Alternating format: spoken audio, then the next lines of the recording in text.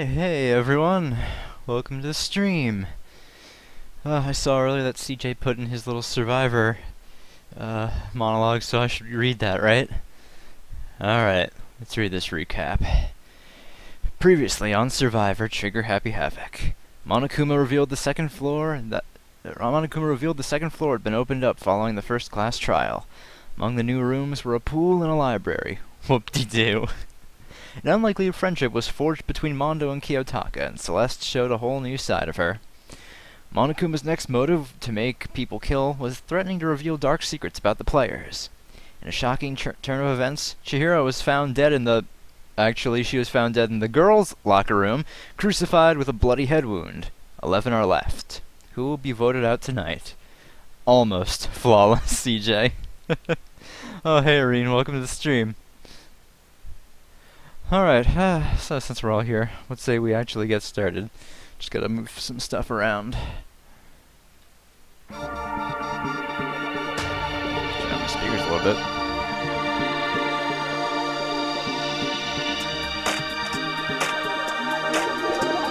Alright, this is almost perfect.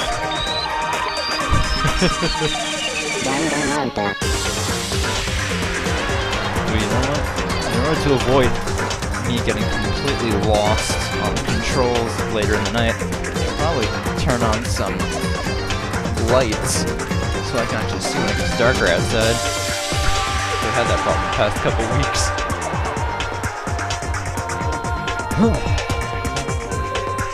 So how's everyone doing today?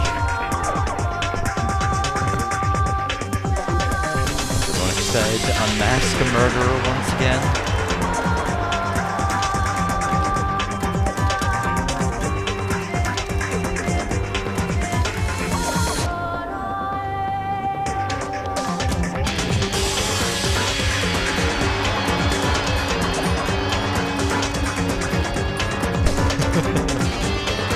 Can't wait, Chris. Excited to see what you've dug up.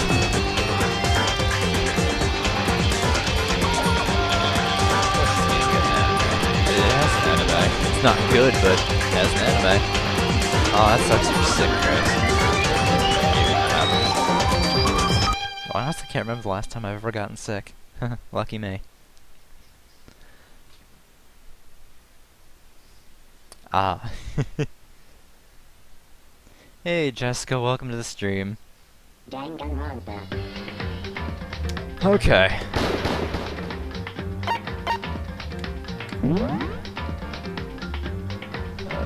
Yeah, we were here last time. So here we go.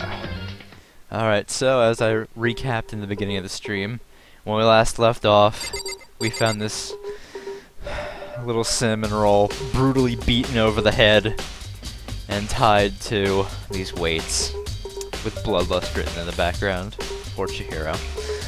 So now we're gonna find out who killed her. Oh yeah, that's true, CJ. Still, 9 out of 10 material. You're just off on one detail. Alright, so I believe we just need to start looking around, right? We're going to talk to Byakuya first. If you have time to talk, you have time to start investigating. Thanks, Byakuya. I guess I'll start looking around then.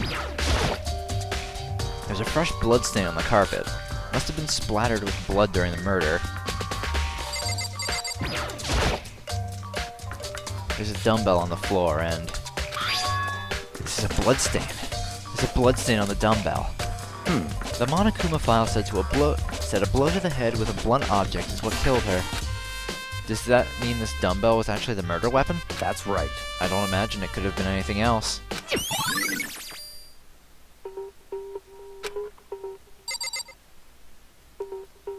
Oh, you know who Dorothy Fawn has voiced? Or, wait, was Chihiro Dorothy Fawn? I think Chihiro was Dorothy Fawn. Let's check out what's next. The word bloodlust is written on the wall in blood. What's the meaning behind it? Bloodlust.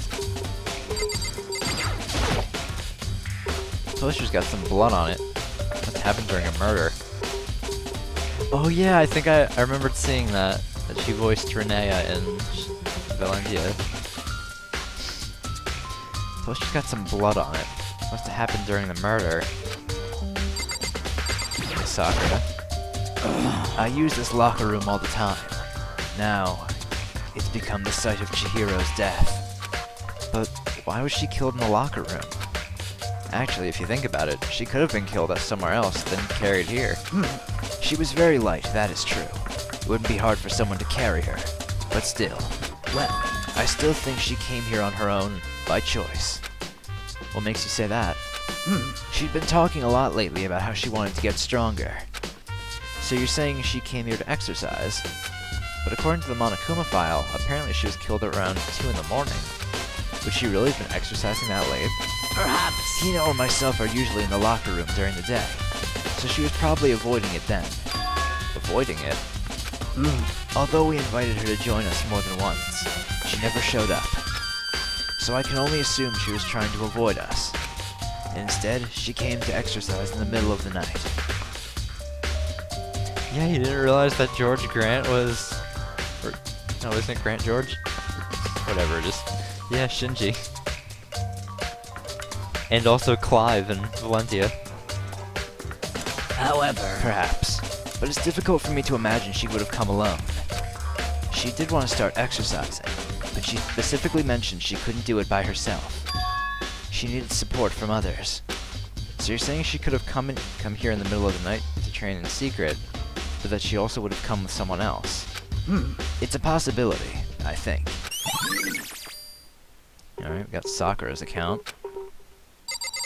How you doing, Mondo? Dude had a real complex about being weak. You heard Chihiro talk about it, right? All I need to get stronger. Yeah, I do remember she said that more than once. Sure did. Which I guess explains the trip down here. But did she really need to get stronger that badly? You already mentioned it, but she was a girl after all. Most girls aren't that strong. I don't know, man. I haven't really thought about that stuff. The cause of Chihiro's complex. I can't help wondering what it might be. Now I believe it's about time for us to move on. Huh? Already? What? New clues won't magically appear by standing around here. We need to check every aspect of this case. Nice catch, CJ. That's true, but... Let's go. If you're satisfied, let's hurry up and proceed. He's so pushy. Got caught up with the wrong person this time. Yeah, Kyoko's Erika Harlacher. So this is our next location. Huh? This place is related to the investigation? Figure it out for yourself. It's no fun if you don't, right?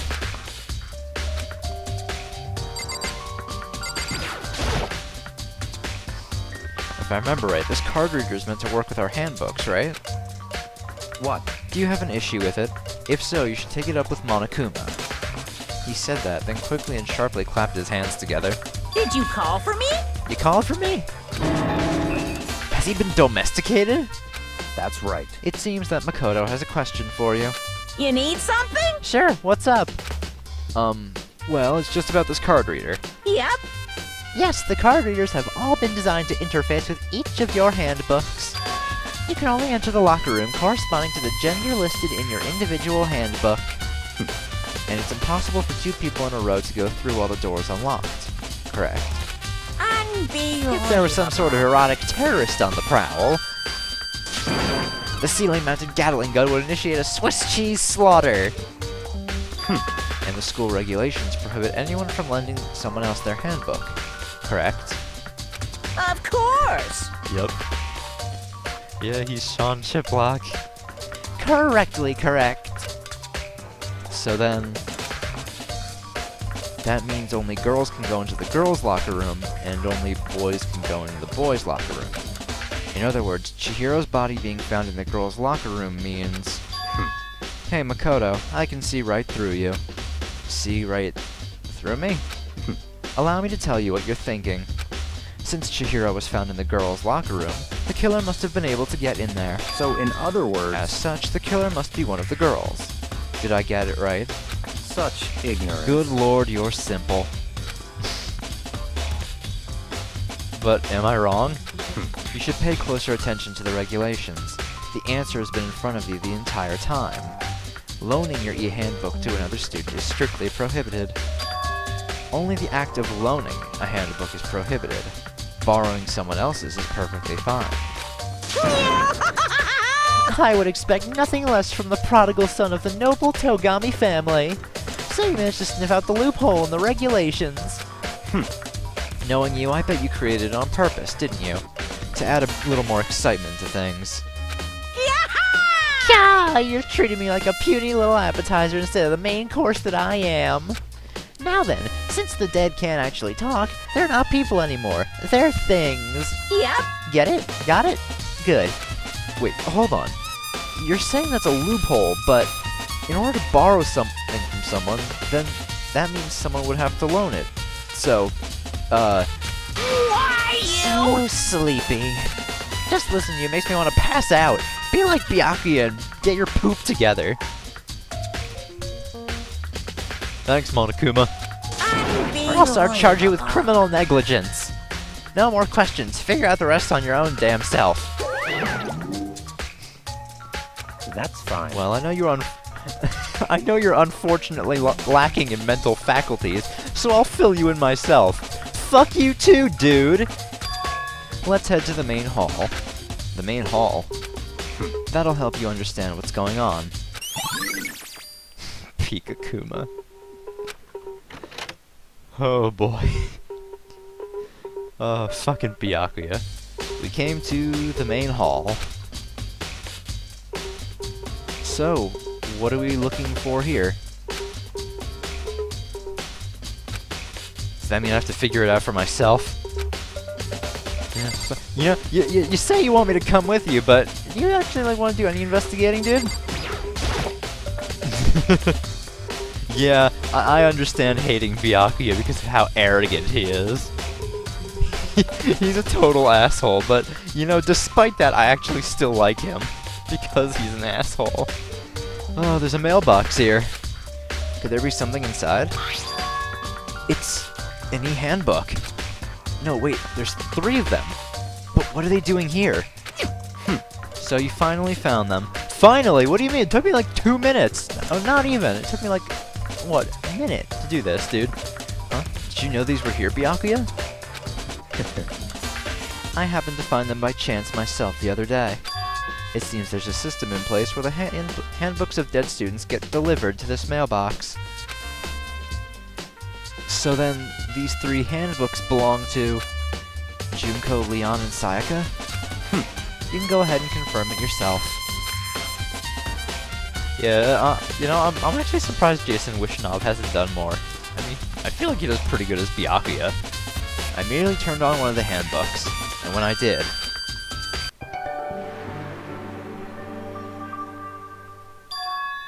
You're right.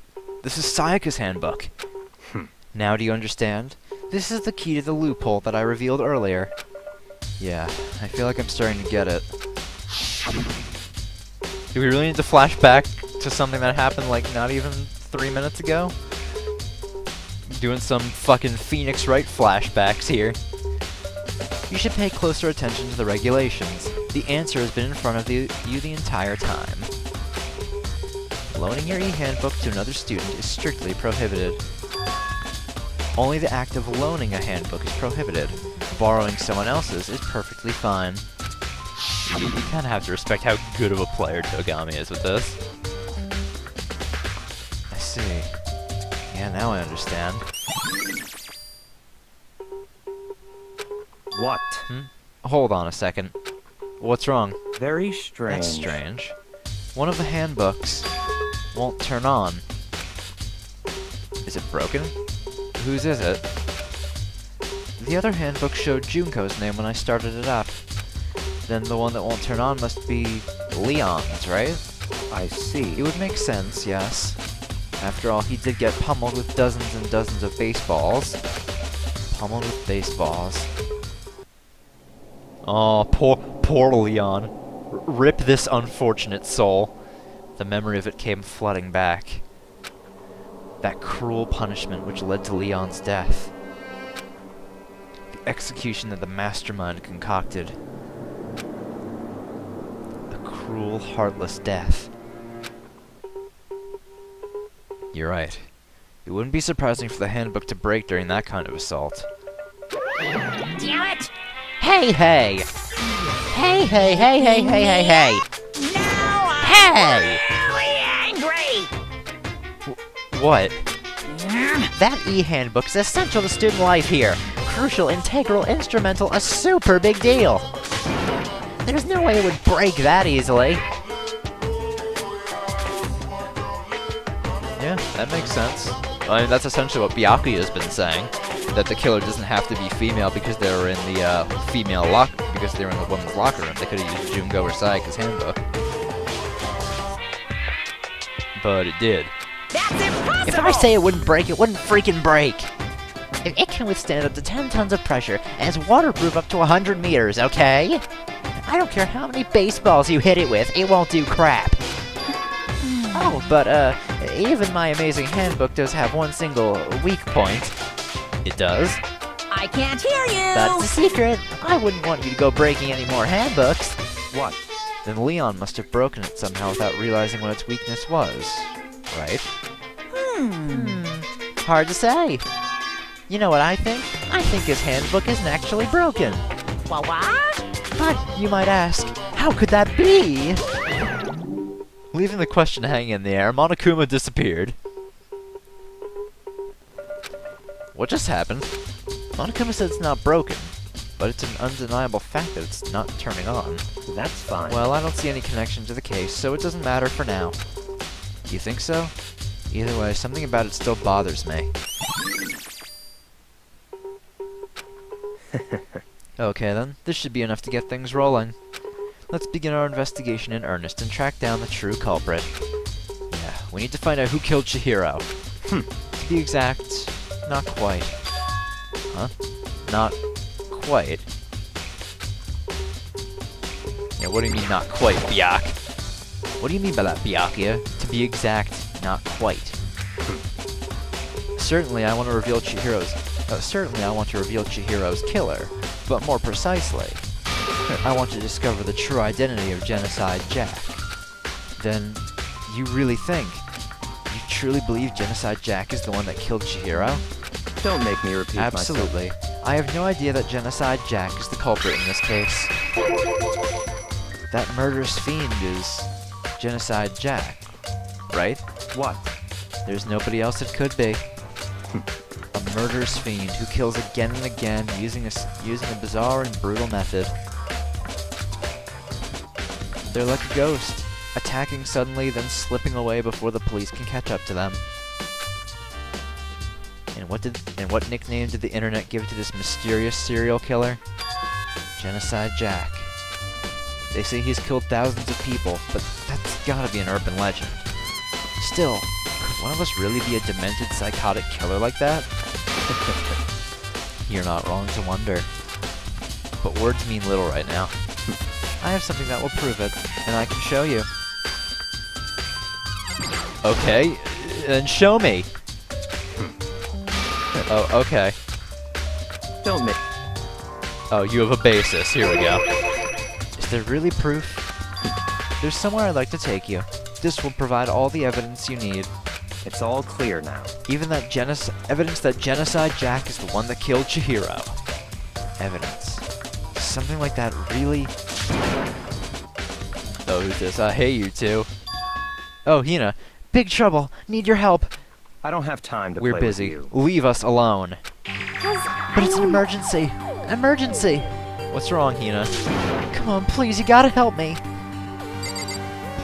Ignore Byakuya. What's up, Hina? Please! Of course I saw the new Shenpai Persona 5 highlight.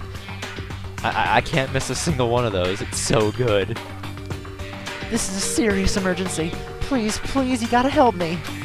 Just calm down, okay, Hina? But it's an emergency. If you have a headache, maybe you should rest up, Margle. I mean, it's not a good idea to push yourself when you have a headache. I know that from personal experience. An emergency. What happened? Well... Something's wrong with Toko. She's acting super strange. And that's different than usual because... Well, I mean, she was acting pretty strange earlier, right? What should we do, Byakuya? Very strange. Since it's Toko, I must admit I'm intrigued. I suppose we can take a second to see what's going on with her. Are you sure? Don't make me repeat myself. I didn't expect that. I thought for sure he'd just say no and that'd be the end of it. Yeah! Okay, come on, hurry! Wait for us, Hina. Let's go. It looks like she headed to the dorms. To Toko's room, most likely. You're right.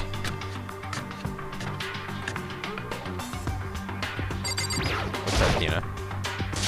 You guys are too slow. I think you're just too fast. So, what's this emergency? So, Well, after what happened in the girls' locker room, we left Toko in her room so she could lay down. After a while, we came back to check on her, you know, see how she was doing. But when we did, it was weird. That was a pretty good video, Chris. She refused to come out, and she kept saying all this weird stuff. Weird stuff? That's fine. We should try talking to her ourselves. Yeah, good idea. Alright, let's see what's up with Toko. Well, what else is up with Toko? Because we all know something's wrong with her already. Might as well give it a shot.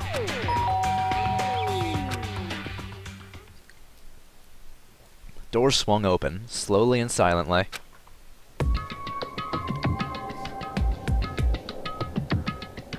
Hey, Toko.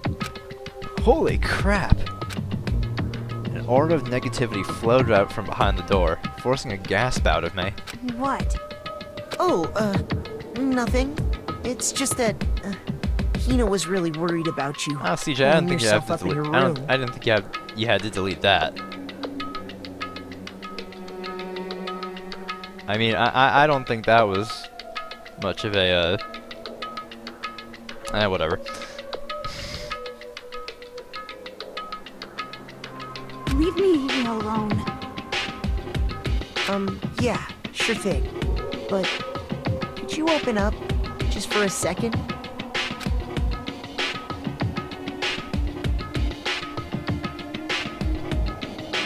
I don't think you guys have to delete that. Delete that. I mean, if it's phrased as a speculation, I think you can leave it.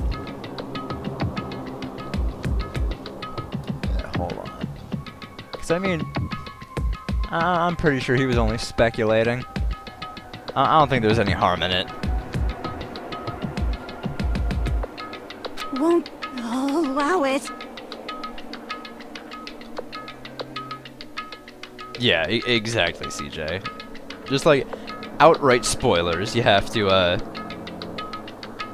outright spoilers, get right on that shit. But if someone's just speculating, it's fine. Won't let Genocide Jack have control. And I mean, to be honest, is it really that much of a you know? Just saying. And just like that, she slammed the door in my face. What was that? She's been acting like that the whole time. When I rang a little while ago. I'll drive out the killer.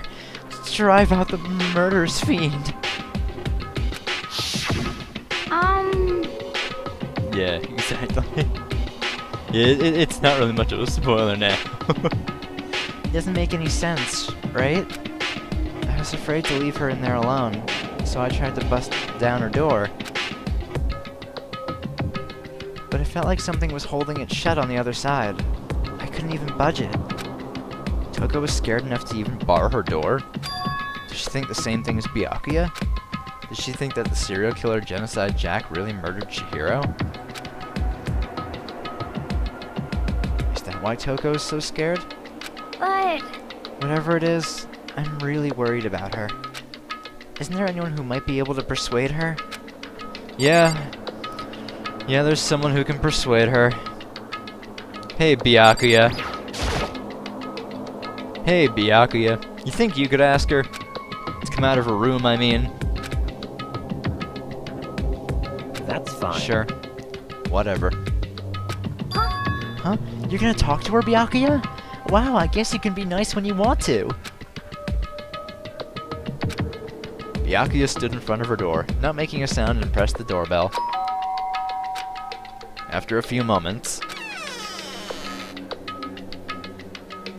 What do you want? Leave me alone. You're all so annoying. A Bacula! Bacula? That's a very strange vampire. It's Byakuya.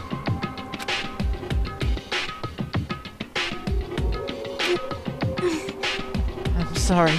I couldn't keep our promise. But don't worry. Never again. I won't let Genocide Jack have control ever again. And with that, the door slammed shut. Even Byakuya couldn't pull it off. There's nothing else we can do. Let's get back to the investigation. Hold on! Hey, Byakuya, what was Toko talking about just now? Something about a promise? What? Oh, I have no idea. Another one of her delusions, I'm sure.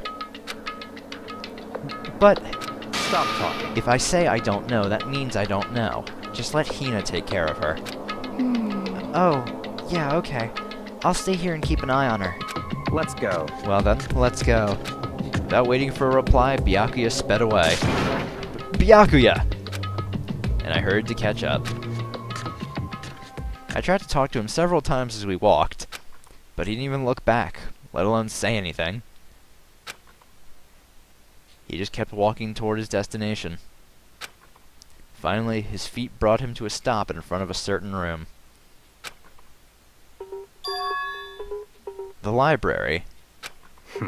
Come on, let's go in.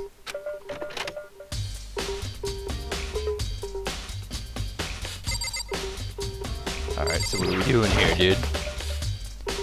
Is the evidence that proves it was Genocide Jack really in the library? Don't make me repeat myself. If I remember, on the other side of this door, it's the archive, right? Hurry up and go inside. Oh, here? Let's go. It'll all make sense once you're inside.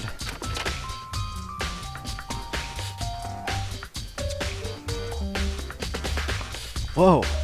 So many books and files. So much dust, too. So, in other words, I would say there's enough value in this... Oops. Yeah, that's how you pronounce archive. How are you saying it? Archive? It's archive. I would say there's enough value in this place to endure the dust. Alright, so what are we looking for, Byak? If you pay attention to your surroundings, you're sure to discover that value for yourself. So many files stuffed onto the shelf. What's in all these things? that's enough. Those documents are... dangerous. Dangerous? They detailed all the people who control the world from behind the scenes. Dangerous truth for a commoner. You mean, like, members of the Diet or something? No, I mean ones with the real power. The secret council controlling everything from the shadows. Illuminati confirmed? If you're ready to be disappeared for it, take a look. There are some very interesting people in there. You're just kidding, right? Am I? I'll just let it go for now. Kind of a weird thing to have in an archive. The shelf was stuffed tight with files. Without really thinking about it, I picked one at random. Ah, you have a sharp eye indeed to select that file. Huh? That's right. That's the report on a presidential assassination. The original is kept at the National Library. It won't be declassified for another 30 years. Are you sure you want to look at it now? There's no telling whose crosshairs you might wind up in for peeking at it. Without making a sound, I return the file to the shelf.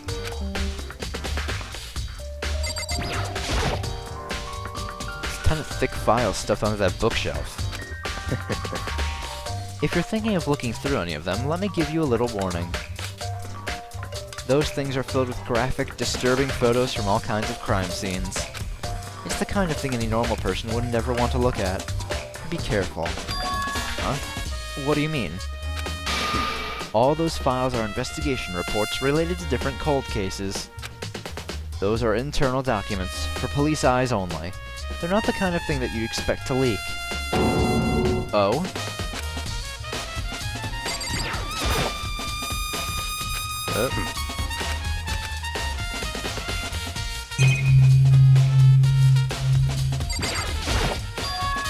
Huh?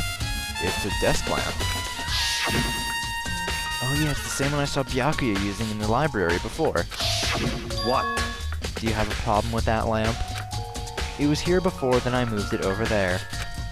It's too dark over there, so I thought I'd put it to good use. Oh hey, I got a mono coin. Yeah, let me give you a warning. Don't look at these. It's a wooden box. There's a wooden box. It's empty. Although, judging by the smudges in the dust, it looks like there was something inside. Wonder what it was. There was an extension cord plugged in there. It proved very useful while I was in the library. Extension cord, huh? So, are you finally beginning to understand the true splendor of this library? The entire reason I was interested in the library is because of this room right here. It's home to classified government documents, police records, things no ordinary person would ever see. Isn't it magnificent? This can't be for real, right?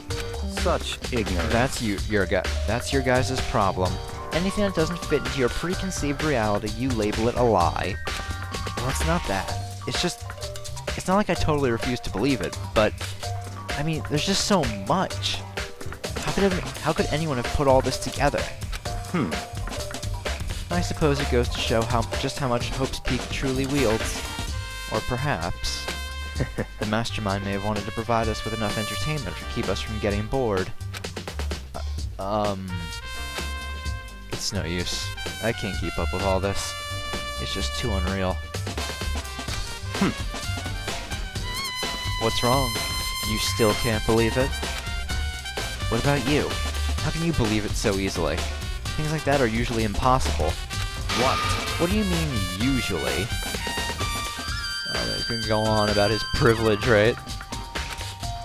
Usual, normal, ordinary, simple. Those things don't exist anywhere in the real world. If you don't understand what they actually represent, you don't understand the nature of anything. You don't pull your punches, do you? Is this your first hint, Makoto? Besides, what you consider usual is based on your common sense. Right. But what makes you think your own common sense applies to me at all? The documents gathered here are genuine. I have reviewed them multiple times, so there is no doubt. Hold on a second. You're saying that you've read all these documents and more than once? But all this has to be like top secret confidential stuff, right? So why? My family has a reading room just like this at our home. Ours is bigger, of course, and not as dusty. Huh? Members of the Togami family have access to any variety of government-related documents. That includes foreign powers as well as domestic. How is that possible? So, in other words... I already told you. There's a secret council that controls the world from the shadows. My family is a member of that council, and I have within me the bloodline that will allow me to one day bend the world to my will. But to become such a ruler, I must know all levels of this world backwards and forwards. So whenever I have time, I like to review whatever documents and materials that interest me. Which is why I can proclaim without a doubt that the materials gathered here are the real thing. This is beyond believing or not believing. Byakuya is actually starting to scare me more than the actual mastermind. And what always interested me interested me the most were the cold case police investigation reports. Reading through those reports has always been a hobby of mine, ever since I was little. It's excellent mental exercise. I've solved more than a few of those cases just by reviewing the reports. And among all those reports, one of my most recent favorites is the Genocide Jack case. As he talked, Byakuya grabbed a specific file from the shelf. That's right. This is the complete case file. Every single report surrounding the Genocide Jack cases has been compiled in here. Because there are so many, allow me to quickly summarize the main points. To begin, there are two notable characteristics in every Genocide Jack murder. The first characteristic is that at every crime scene the word bloodlust is written in the victim's own blood. And the second is that when the victims are murdered, their bodies are suspended in a certain way. Bloodlust written in blood, and the victim's body is suspended. It's exactly the same as what happened to Chihiro. Save your surprise. The best part is yet to come. For the second characteristic, where the victims are suspended, the only ones who knew about that particular fact were members of the police force and other higher-ups. By all accounts, nobody in the media ever found out. Huh? In other words, no one on the news, no one online, nobody knew about that aspect of each crime. Only key officials and the killer himself knew about this act of mounting the victim. Now, if you recall Chihiro's corpse, her body was most certainly mounted in this fashion. So, how could the killer have known about suspending the victim? That's right. That's the key question. But in fact, the answer is quite simple. So in other words... The culprit isn't a copycat killer. It's the real Genocide Jack. While that is a possibility, Byakuya, you have to you do remind me of a certain fact. While this may not have been public knowledge, people who knew about this file could have done this. So, maybe I have another suspect on my hands besides Genocide Jack. Maybe a certain guy who wanted to make the game more interesting. Huh? In other words... That right there is the evidence that Genocide Jack has hidden himself among the rest of us. Then, Genocide Jack really is. Such a brutal, fiendish killer really is walking around among us? Interesting. Things are really starting to get interesting, aren't they? I never imagined a killer with such a reputation would ever become part of our little game. It was me. I don't want to get punished. You vote me the killer, we're all gonna get executed, Chris. Shit. Now, don't you think it would be good for you to take a look at what I've already seen? You might just manage to ferret out a clue or two. Such ignorance. If you get down on your knees and beg, I might even show you myself.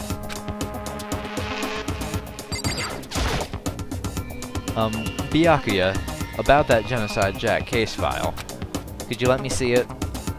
That's fine. Well, you didn't beg, but I guess it's okay this time. Feel free to look at it in here, but you can't take it with you.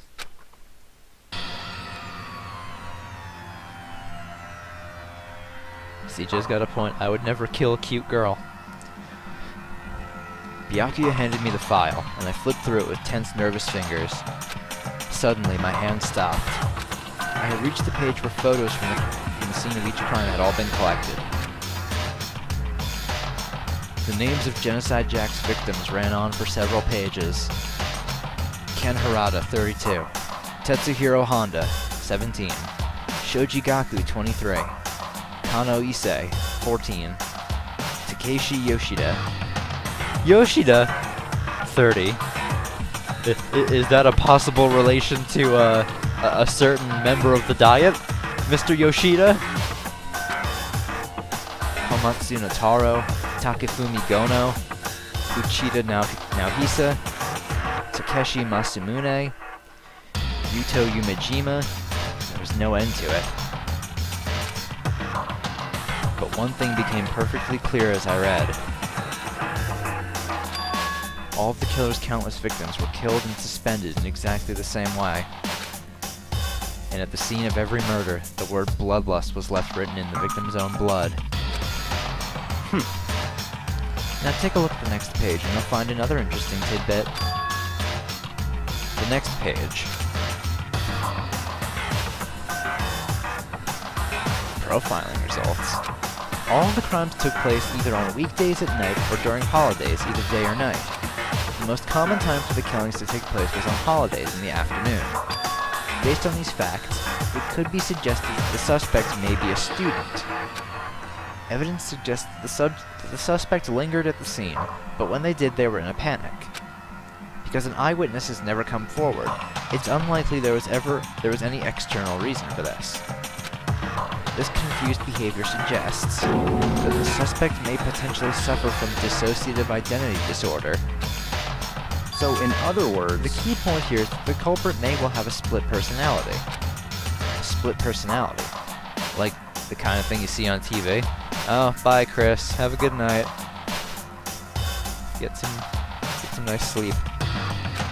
So I'm part of another totally unbelievable story. But this one's way more unbelievable than anything else up until now. Or maybe it really hasn't. It really isn't. I don't know. I feel like my mind has gone numb. let's go. Alright, we should get going soon. Huh? Where are we going?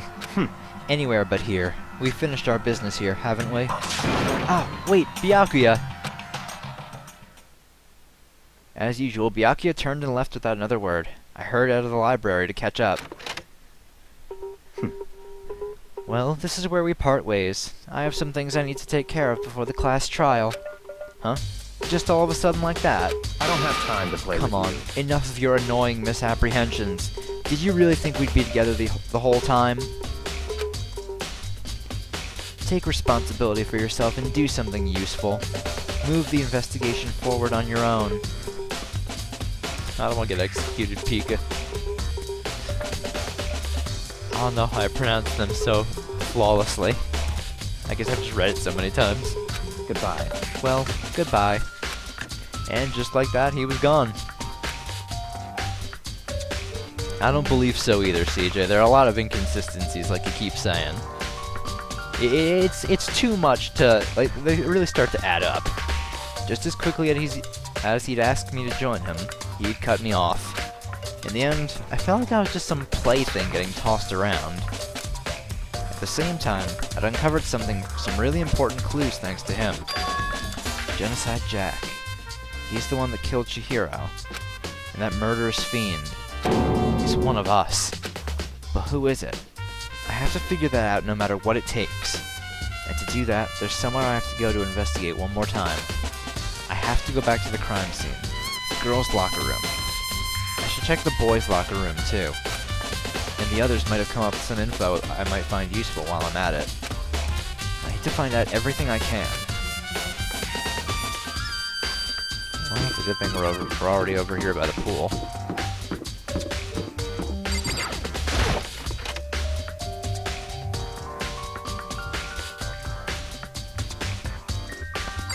Ugh, hey, Hifumi. Da-da-da-da-da! Hifumi has discovered evidence revealing the identity of the culprit.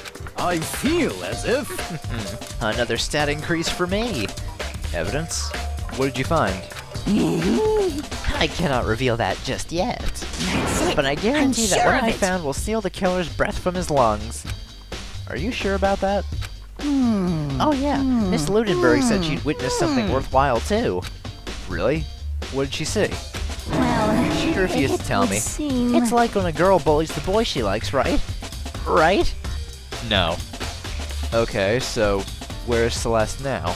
The warehouse by the dorms. She was there, but at the same time, not there. What's it gonna be?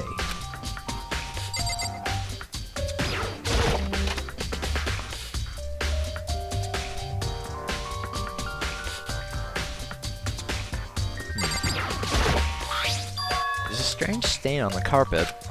What is it?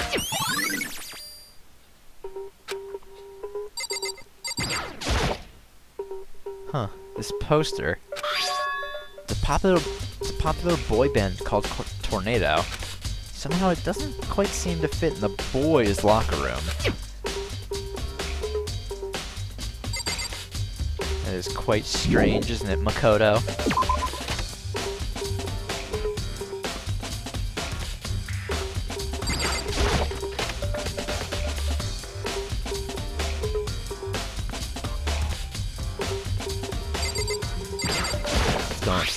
Alright, investigate the dumbbell. This dumbbell has to be the murder weapon. Indeed. It's a blood-stained poster. Blood is the most noteworthy part, but the big-breasted swimsuit model is pretty noticeable too. Girls' locker room doesn't seem like the kind of place you'd find something like this. Oh, but wait, that reminds me. The poster in the other locker room is... That's right. There's definitely something strange about this. In the boys' locker room, there's a poster of a popular boy band. In the girls' locker room, there's a poster of a big-breasted swimsuit model. Could the posters have been switched? If they were, why? What reason would anyone have? Maybe I should talk to someone who knows a little more about the locker rooms. I think I know who would know about the locker rooms. It would seem like someone's messed with the crime scene. You spend a lot of time exercising in the girls' locker room, right, Sakura? Of course. I've used it nearly every day since it opened up. Sometimes Hina and I use it together. Okay then, let me ask you something. Do you think the posters in the boys' and girls' locker rooms could have been switched? I'm sorry. Sorry, I can't really say. I never really paid any attention to the posters. I see. However... But there is something that's been bothering me about the locker room. You see, I like to drink a little protein coffee every time I finish exercising. We have protein coffee? In the warehouse. It's not the highest quality, but I don't have a lot of other options. I mix protein powder with coffee and down a glass of it after exercising. Anyway, the other day I spilled some on the carpet in the girls' locker room and it left a stain. A stain? But I don't see any stain on the carpet right now. Of course. Exactly. I noticed it earlier. The stain has disappeared. I can only assume someone came along and cleaned it up. But still, isn't it unusually clean? As if there was never a stain here to begin with. Huh. Interesting. What did you find, Kyoko? Hey, Kyoko, have you made any progress on your investigation? Indeed. Generally speaking. However... But I have to get going. I have something unrelated to take care of. Something besides the investigation. What is it? Well... Nothing you need to worry about. Just concentrate on the murder. But... So then... Before I go, let me give you one piece of advice. You should examine Chihiro's body one more time. Thoroughly. Also, her handbook is missing. You might want to determine its whereabouts. Goodbye. That's all. I'll be praying for your success. With that, Kyoko turned and left the girls' locker room. I guess I'll take another look at the body then. And Chihiro's handbook is missing? That's definitely worth worrying about.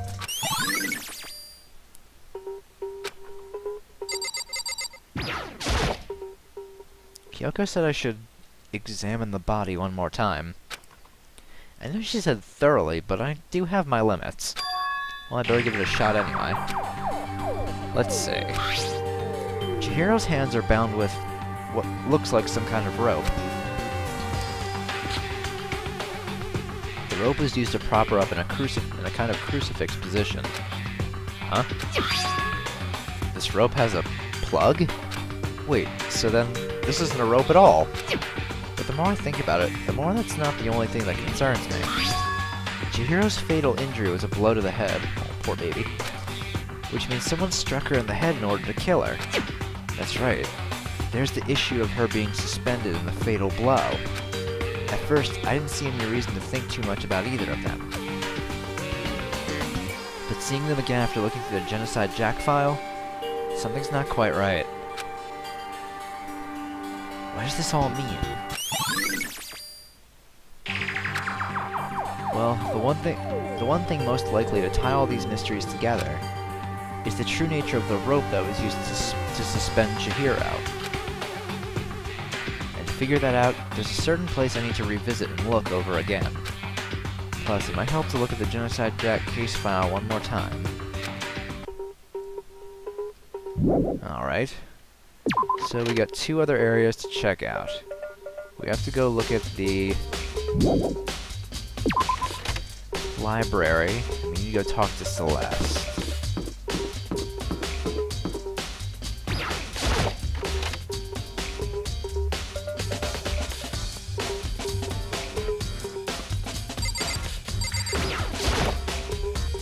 There's a thick layer of dust on...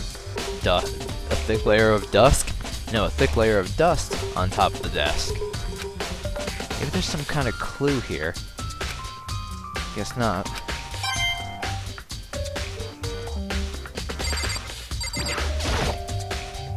Huh? The lamp won't turn on.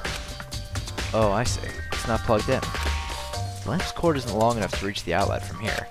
But the last time I saw it was definitely on. And it was definitely right here.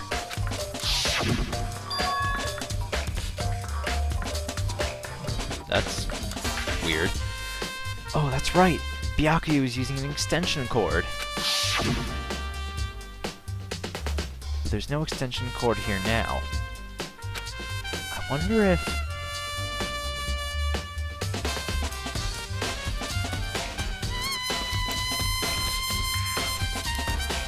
Huh. Library desk lamp added to the truth bullets. Alright. We need to look at the Genocide Jack file again, I believe. Should be over here. I want to take another look at Genocide Jack's case file. I know it's around here somewhere. Huh? It's gone! Did someone take it out of the archive? But the only one who would do something like that... I can't think of anyone but Byakuya. Huh. So Byakuya has the case file. Wooden box is empty. The extension cord was in there before. Huh. Okay then.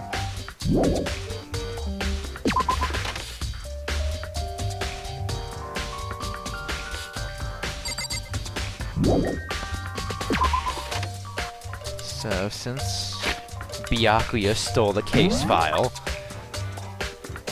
it seems that the only thing left to do is talk to Celeste. I believe. I think we have to talk to Hina in the dining hall too, because I know that had an exclamation point on it. We'll see after this though. Celeste, what are you doing here? This warehouse is amazing. It has absolutely everything one might need to live a full life. From food to clothes to towels, there's an endless supply to choose from. I see that, but have you found anything related to the case? Most I knew you were going to ask me that. I thought talking about the warehouse itself might misdirect you, but I see it was pointless. Then, did you find something? Very well. I will tell you and only you. Actually, Last night I saw her here. Chihiro was in the warehouse. What? Really? indeed. This was right before nighttime. What are you doing out this late? Oh, I was just... Are you planning to go exercise, perhaps? What? How did you know? Because I can see a blue track jacket sticking out of that duffel bag you're carrying. Oh, you're right. Thanks. Well, I'd better get going. I'm kind of in a hurry.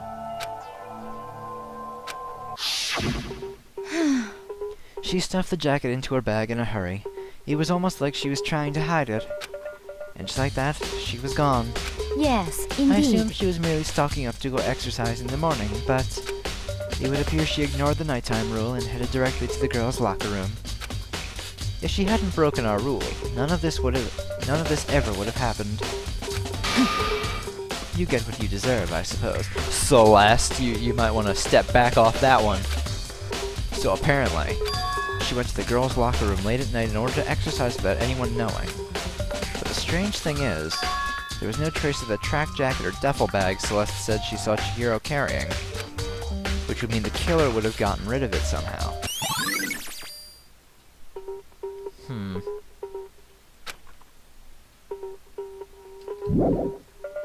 Also, another thing to keep in mind.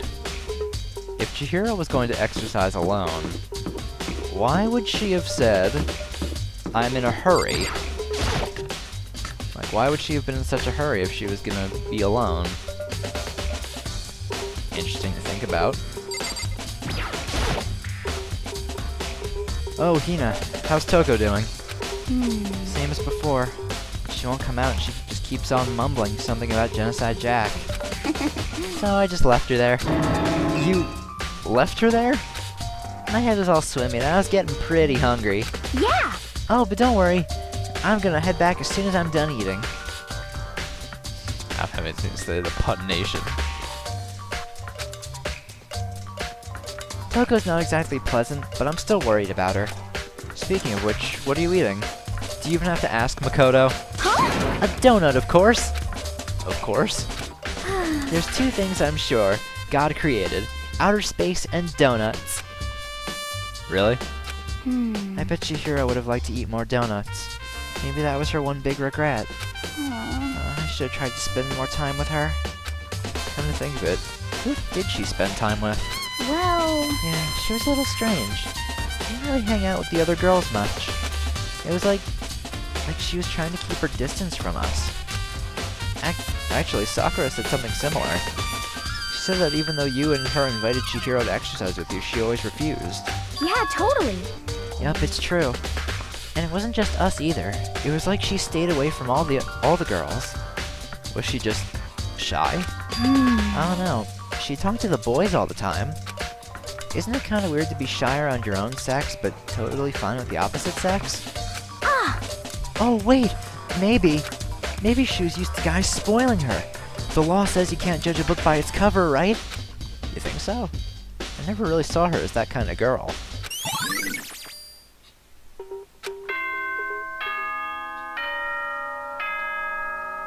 Here we go.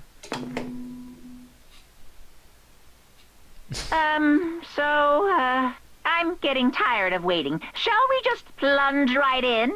It's the moment you've all been waiting for! The class trial! You remember where to meet, right? Please go through the red door on the first floor of the school. See you soon! Begin the class trial, or... It's about to begin. The red door is right through here. Well, nothing to do but head on in. Plot twist, I'm Chihiro. That'd be interesting. Ahem. So, is everyone ready to... What? Am I blind or are we missing someone? Yo. Yeah, Toko's not here. And Toko is... You'll know who she is. You really don't remember? Come on! Kidding, I'm just kidding. How could I forget that little nut job? She's a crucial part of the class trial this time. What are you gonna do? Okie dokie, I'll go ahead and drag her out here kicking and screaming. Just one moment, please. Okay. And just like you said, a few minutes later, he reappeared, dragging Toko behind him. I told him I didn't want to, but he forced me. I can't believe you drag a girl around. Terrible. You're terrible. So now everyone's here, right? Okay then, hustle onto the elevator and let's get this show on the road. I'll see you guys down there. Let's go. So shall we get going? It's time to find out who killed Chihiro. Chihiro Fujisaki. She was so gentle, so calm and meek. Nobody had any problems with her. Someone made the choice to kill a girl like that. That murderer is one of us. Someone standing right here. Let's talk to everyone before we head down. You ready? We doing this?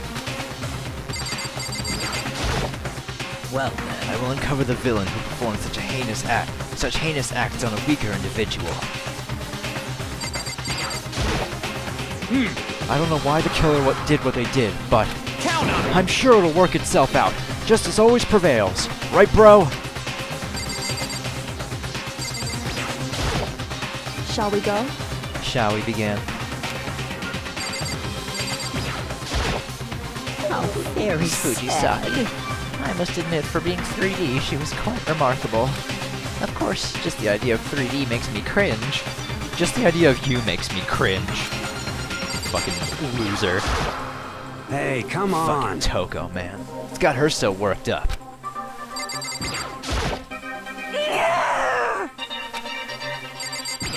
And I vote Kafumi off the island, too. There is something odd about Togo's behavior. I do not think mere shock is enough to explain it.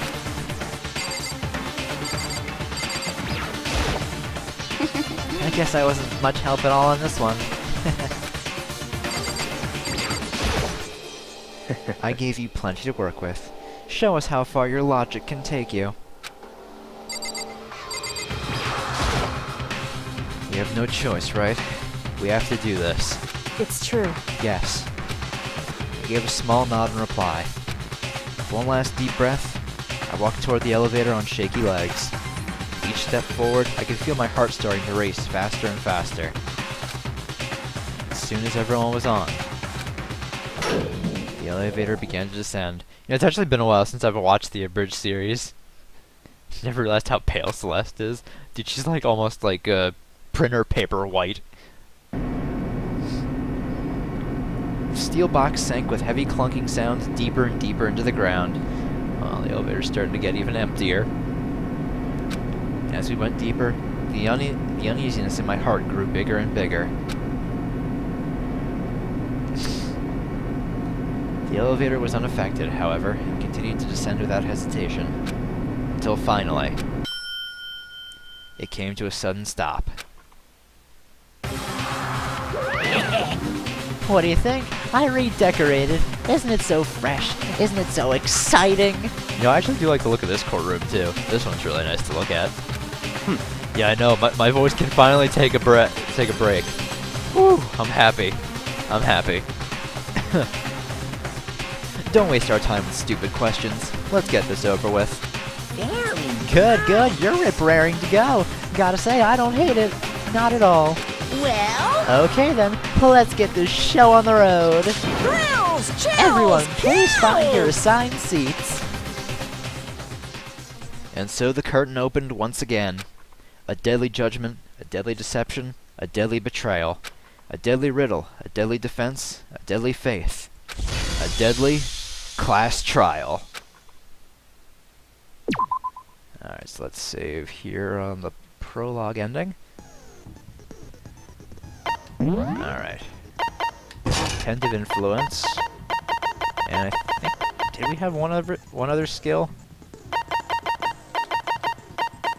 No, that was it. Cool. Alright,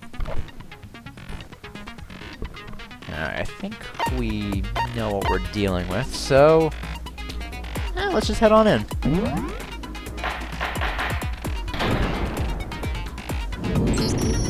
Let's begin with a basic explanation of the class trial. So, your votes will determine the results. Wait, what did I go past? Wait, didn't we only have 2 skills? I'm pretty sure we only had attentive influence and melodious voice. Yeah, melodious voice is already on, so it's fine. If you can figure out who done it, then only they will receive punishment.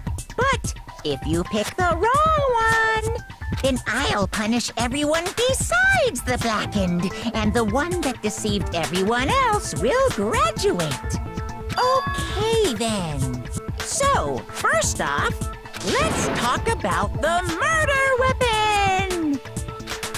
First, we have to make clear what was used to deliver the fatal blow.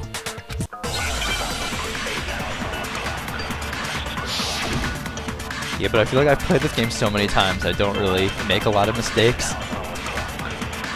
I'd rather have the extra, what is it, It appears it was a head wound. According to focus. the Monokuma file, the killer used a blunt instrument. But what kind of blunt instrument could it have been? I bet it was an iron pipe. No. No, that's wrong. Fucking iron pipe hero. Like, really? Can we agree that the object that dealt the fatal blow was the dumbbell found at the scene of the crime? Yeah, I know near the end of the game it'll be important. It was covered in blood, and there was nothing else at the scene that could have caused that kind of injury. And the wound on the victim's head is consistent with the shape of the dumbbell. As far as I'm concerned, there's no mistake and no room for doubt on this one. You looked at her head wound? I feel like Hiro always says the wrong things. Yay! That's so creepy! You are one to talk. If you don't mind, I will proceed from here. Let's move on to discussion of the culprit. Although, I believe the criminal behind this heinous act is already quite clear. What? For real? Chihiro's killer is the fiendish serial killer, Genocide Jack. Genocide Jack. The fiendish serial killer. Did he really kill Chihiro? New element has been added to non-stop debates. What do we got now? For this debate line... Oh, white noise. Your truth bullets will disappear if they hit these lines. Think of it as an obstacle in your debate. It's a way to keep this white noise from getting in your way. Press the right mouse button to attach a silencer, which you can use to shoot down the white noise. However, if you shoot an actual remark with your silencer instead of the white noise, the time limit will decrease, so take careful aim when you have the silencer out. Oh, but if your action difficulty is set to gentle, white noise won't appear at all. In which case, you can forget about the silencer and just focus on the situation in front of you. Well then, good luck and have fun.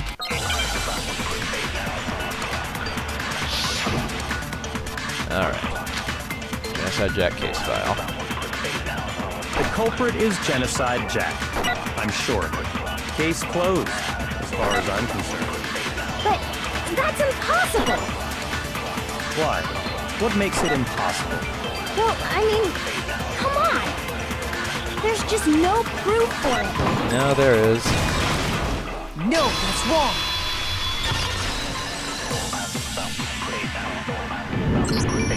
I might know one reason he could be involved. What? I found this file while I was looking around the archive in the library. I guess it's some kind of confidential file the police put together about the Genocide Jack case. What? That's kind of weird as shit, isn't it? What was something like that doing in the library? My thoughts exactly, Mondo. The why of it is probably more trouble than it's worth, so let's forget about that for now. More importantly, it outlines all the specifics of every Genocide Jack case in exceeding detail. According to the file, there appear to be two defining characteristics in every Genocide Jack case. The first is that a bloody message is found written at the scene of every murder. Oh, that's right. Boob lust. Can I use my silencer on him? I like that a lot. No. It's actually bloodlust. But more important is the other characteristic, and it's something that has never been made public. Never made public? What the hell is it? Why don't you tell them, Makoto? The other characteristic of every Genocide Jack case, which the world at large doesn't know. If I'm not mistaken, it has to do with the positioning of the body. I mean, if it has to do with the positioning of the body, it's clearly the bloody message. I got it! Apparently, in every Genocide Jack case, the killer suspends the body in a certain way. Other than the killer, the only people who know about this are the higher-ups in the police department. However, Chihiro was most definitely suspended in the same way. So, how did the culprit know about this when only high-level police officials were aware of it? There's only one logical answer I can think of. Hey, It's Alicia. because the culprit in this case is the real Genocide Jack. No fucking way! You're saying Genocide Jack is one of us? Yes, in fact, it's Toko. Fucking right out the gate with it. What? Genocide Jack's true identity is Toko Fukawa. Alright, yeah, sure. What?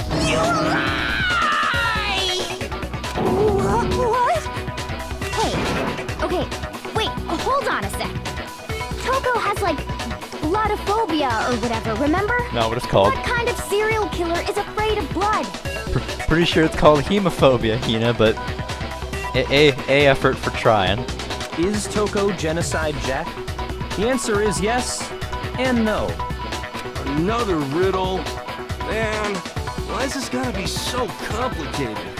It's a riddle for sure, but I feel like I understand it. What it means for Genocide Jack to be Toko, but also to not be Toko. The answer is that she's not just one person, but multiple people, right? But of course, the answer for this isn't actually the name for it, because here we're actually supposed to put in the word schizo, when that's actually something completely different. So, yeah. Oh, how I miss this Hangman's Gambit. It's so nice.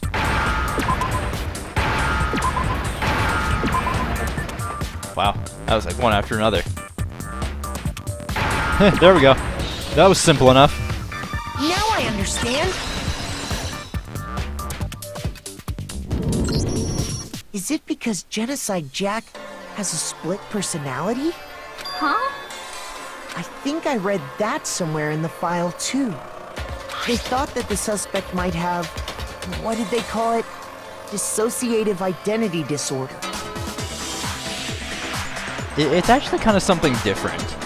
Because I know that I've seen people talking about it, that like dissociative identity disorder and schizophrenia aren't the same thing. But yeah, I don't think they are the same thing. They might be similar, but I don't think it's exactly the same thing.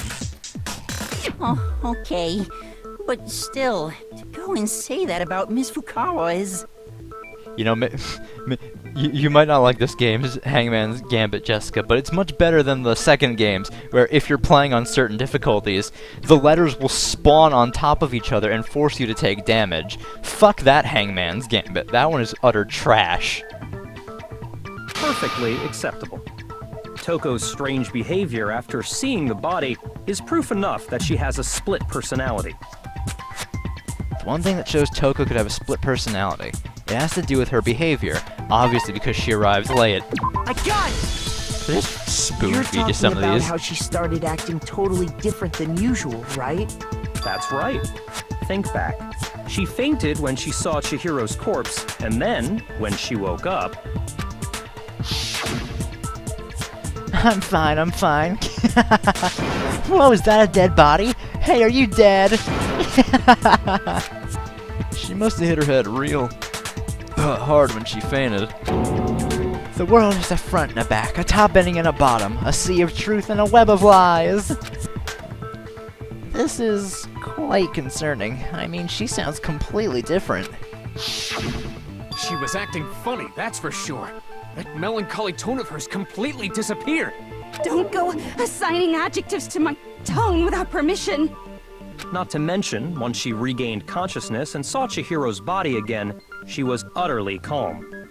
In other words, within her is one personality that can't handle blood, and one that obviously can. Yeah, schizophrenia is a little different than dissociative identity disorder. Because schizophrenia, you're still technically yourself. Like, it's not multiple personalities.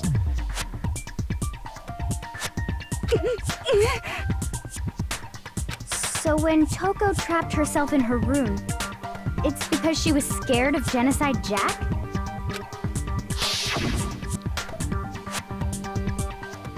I won't let Genocide Jack have control. I'll drive out the killer. Drive out the murderous fiend. The reason she locked herself in her room wasn't to keep other people from getting in. It was to keep Genocide Jack from getting out. It was to keep her other personality from getting out. What? Toko was afraid. Afraid of the murderous fiend inside of her. Of killing even more people. How? Yeah. How can you know all this? I do believe you misunderstood her. What she's trying to say isn't, how can you know all this? No. What she wants to know is, how could you tell them? Huh? Last night, just before Monokuma gave his motive speech, Toko and I had a strange conversation. She told me a most interesting story. Oh? She said a murderous fiend lived within her, and she was afraid it could appear and attack at any time. Huh. And that trepidation is what's caused her to have such a bleak attitude. Isn't that right, Toko? Man, in case you didn't know it before, Byakuya is completely a cold-hearted bastard. This is all a lie. Right, Toko? You said you wouldn't tell anyone. What? You promised. I can't believe you lied. You have only yourself to blame. You came to me with your tragic little story. I didn't ask you to. This is the real world, not some romantic fantasy fairy tale. Besides, you broke your promise first.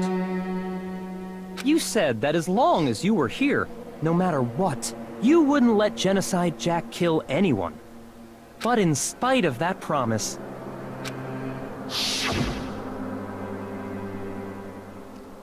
I'm sorry.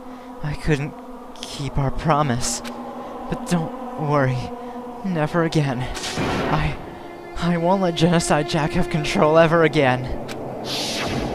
You said if I kept my promise, you would go out with me. That does not sound like something he would ever say. That's the only reason I promised.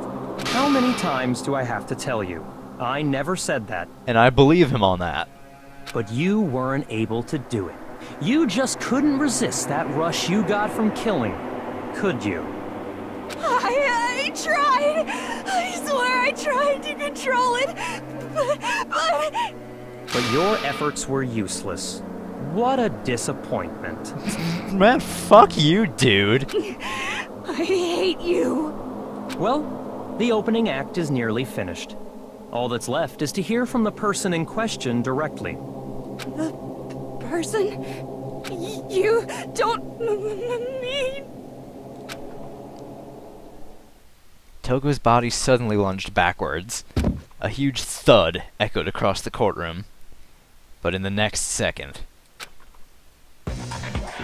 Oh, we got one of the best characters in the game now! Hello there! Is it me you were hoping to see? Hi, Genocide Jill! What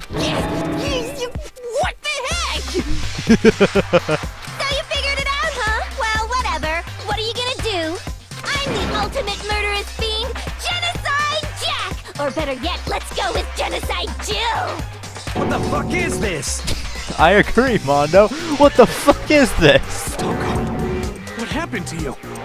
Not Toko. That's a loser name. And what happened is a textbook split personality. You know, she is pretty good, CJ.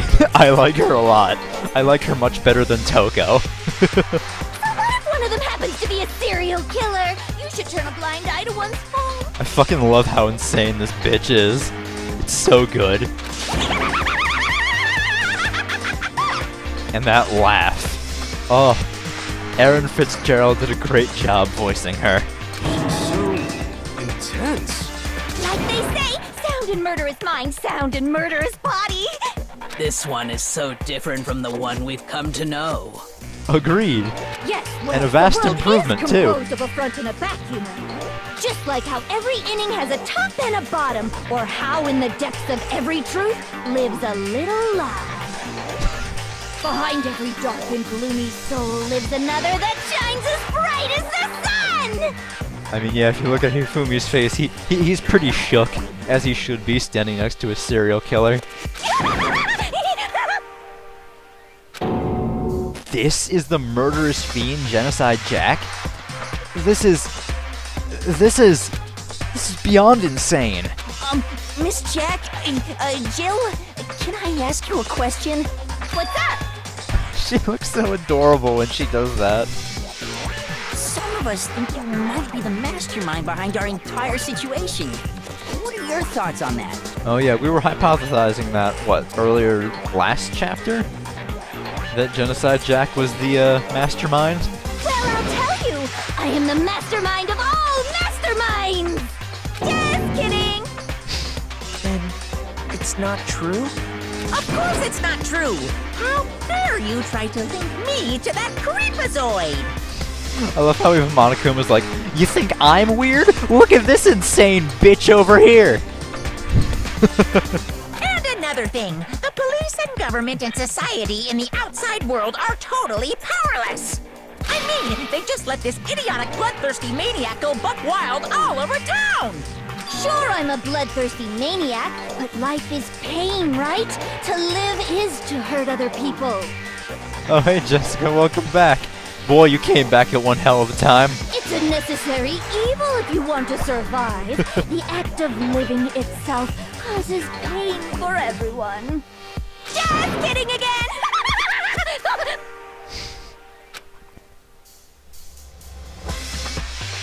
This should be enough to convince you.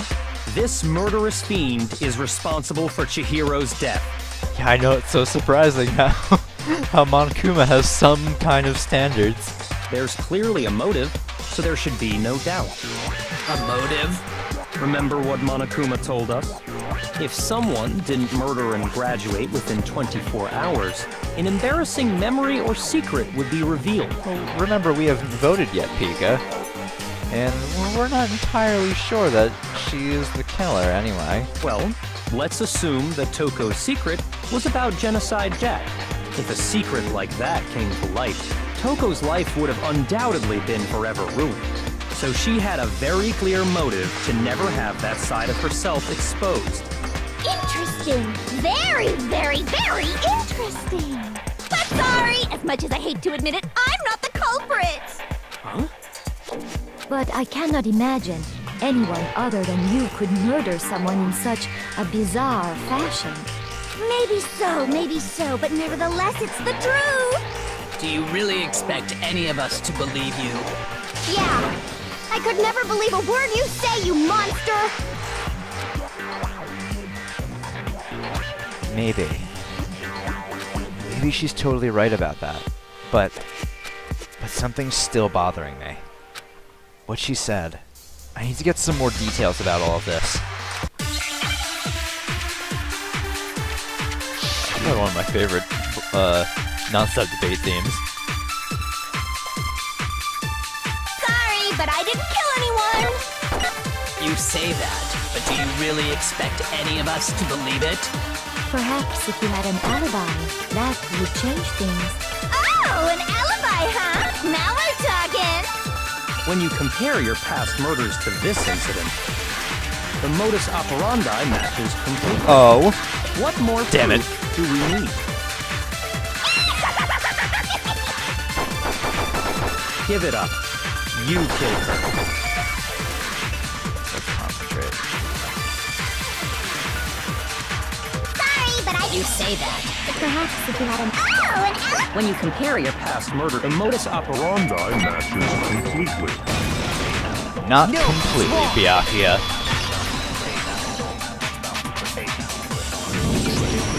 Are the methods of murder really exactly the same? I'm not so sure about that.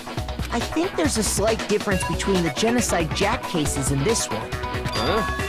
How's it any different? Uh-oh, you don't know?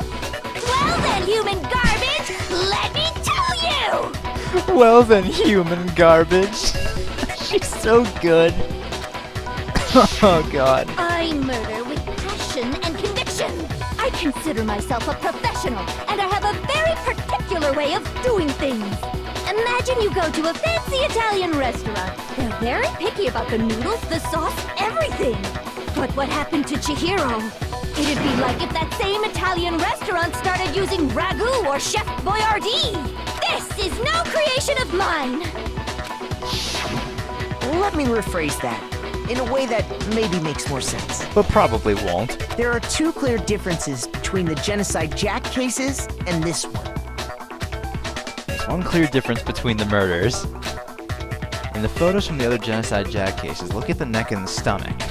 Here you'll see a clear difference. That would be the victim's fatal injury. I got it!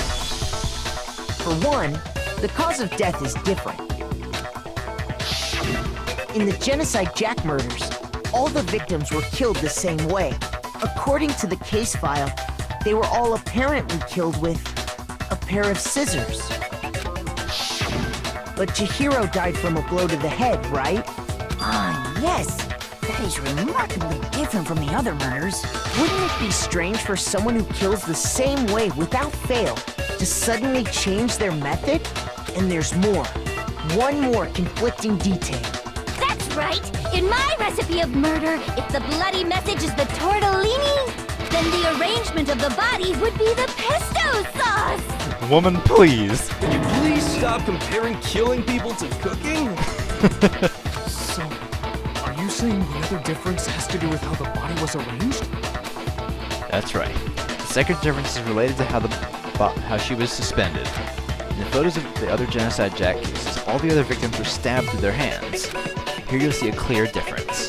That will be what was used to suspend her. I got it! Do you remember what the killer used to suspend her? They used some kind of rope to hang her up by her wrists. What is your point? Well, in all the previous Genocide Jack cases, something else was used to suspend them. Specifically, pairs of razor-sharp scissors. And guess what? I used my own specially designed scissors for the murders and the arrangement! Like I said, I'm a professional, so naturally I'm very picky about the tools I use. And you know what else? Big Mac said there's two differences, but he's wrong! Big Mac? Big Mac? Are you referring to me? Listen up, Big Mac! There's actually one more difference! Huh? My word, you really didn't notice? Take a look at who the victims were in each Genocide Jack case. There's a pattern there, just waiting to be discovered. A pattern? Figure that out, and it'll be plain as death why I couldn't have possibly killed that little lolly girl. Let's see. There was a pattern surrounding the Genocide Jack victims, and Chihiro didn't fit it. If you look at the names of every victim, what you'll notice is... I think I figured it out! I know why she couldn't have killed Chihiro! Because Chihiro was a girl. Is it because Chihiro was a girl?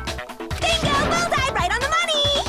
What are you talking about? In all the Genocide Jack cases, all the victims had something in common. Ken Harada, Tetsuhiro Honda, Shoji Gaku, Kano Issei, Takeshi Yoshida, Komatsuna Taro, Takafumi Gono, Ichida Naohia, Takeshi Masamue, Yuto Yumejima. There's no end to it. They were all... guys? That's right! The people I killed with such passion and conviction are all adorable little men!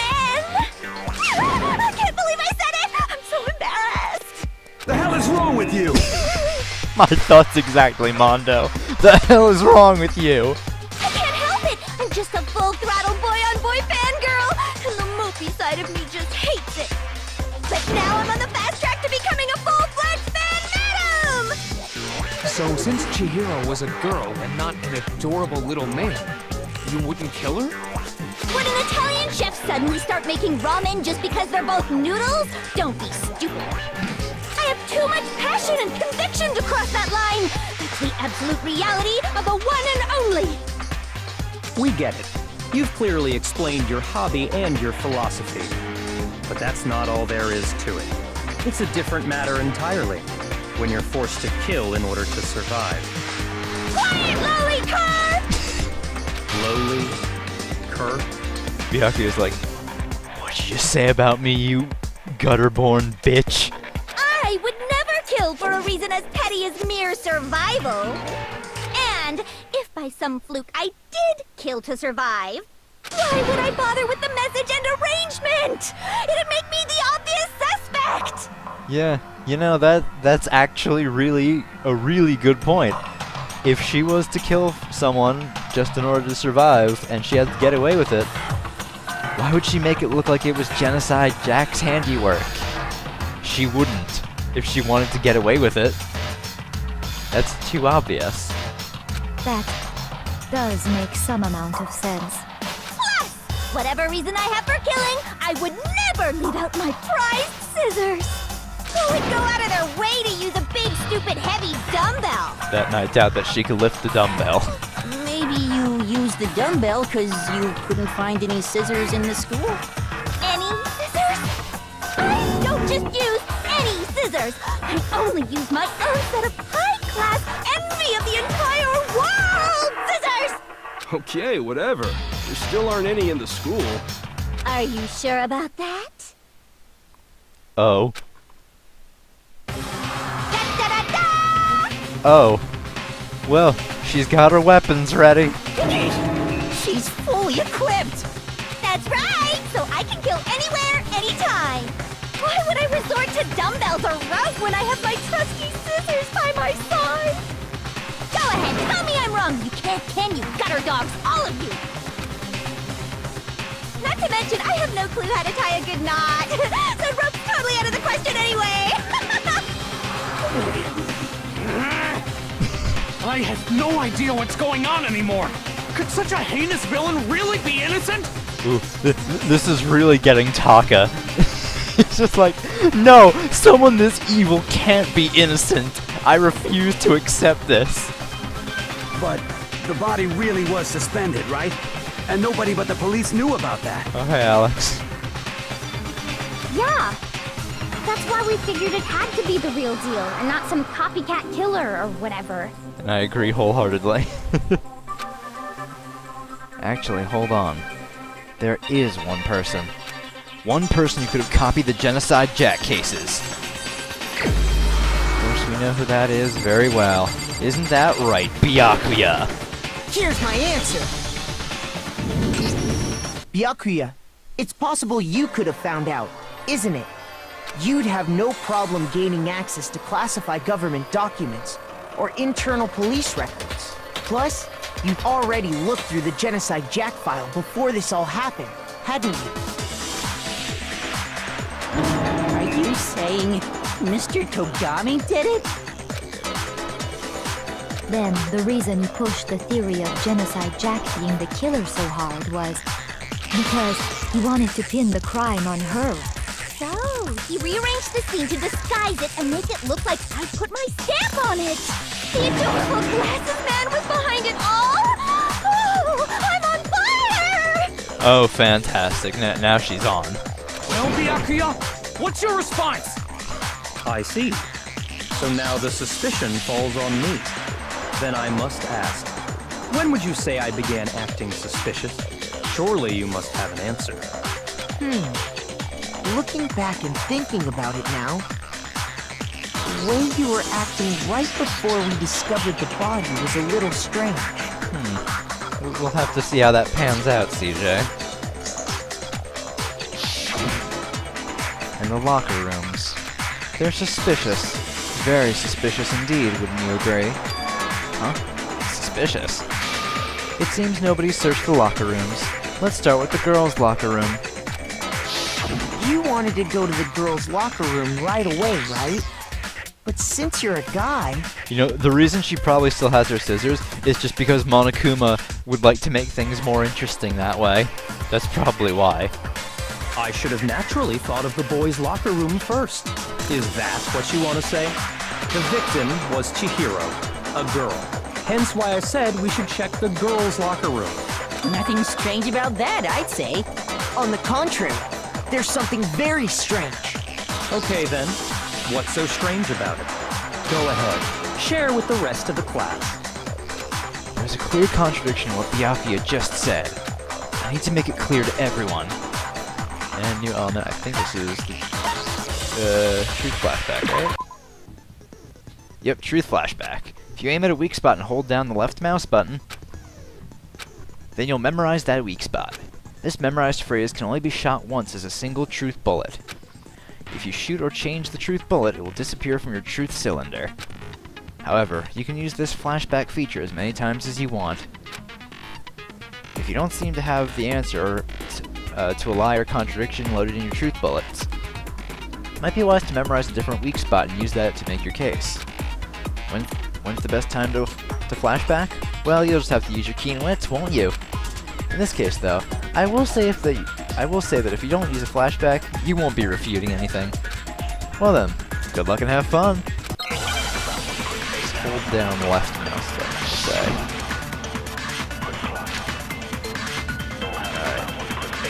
So, you said Byakuya was acting kind of weird before we found the body. But he was acting weird... Oh, okay, I know what You're I'm doing. presented with the opportunity to check out the girls' locker room. You absolutely take it! Shut up. That's a natural reaction for any guy! The victim was Chihiro, who was a girl. So of course I would suggest we check the girls' locker room first. There was no time for pointless distractions. What's so strange about that? I wish you'd taken me with you. Hearing Byakuya's comment about Chihiro being a girl, I realize there's a clear contradiction there. This doesn't make sense how he could have known before we even found it. Okay, I need to make that contradiction clear.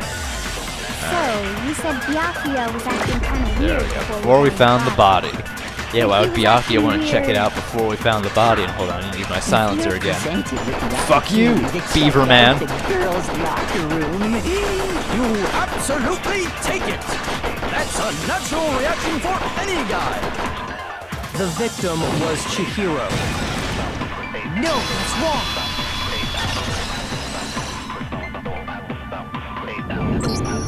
I'll tell you what's so strange about that.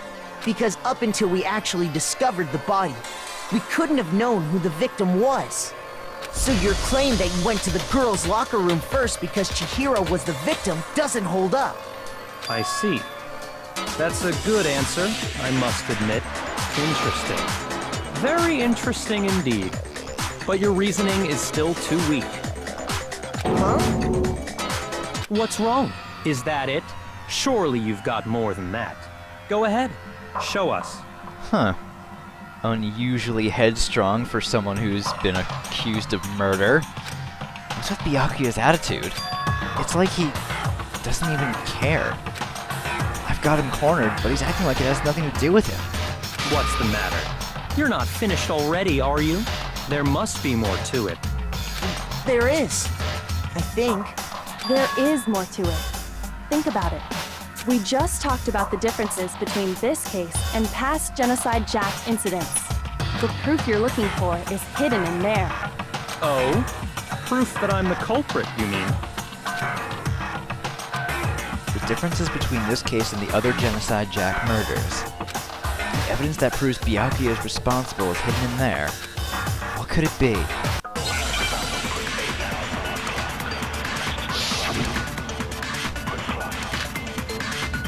Well, there we go. What? The difference between the cases? You want me to explain it again? When I want to kill, I use my very own special scissors. And I use those same scissors to arrange the body. But Chihiro was suspended with... It was some kind of rope. Was it not? That's right! It absolutely was! Then there must be something very fishy indeed about that rope. Hey, Byakuya, where'd you get it from, huh? I'd never seen that rope before in my life. Not true, Byakuya. You've seen it before, you son of a bitch. Oh, hey, Cho, welcome to the stream. Actually, I'm pretty sure you have seen it before. Because, you see, that rope, or should I say, that extension cord? What? An extension cord?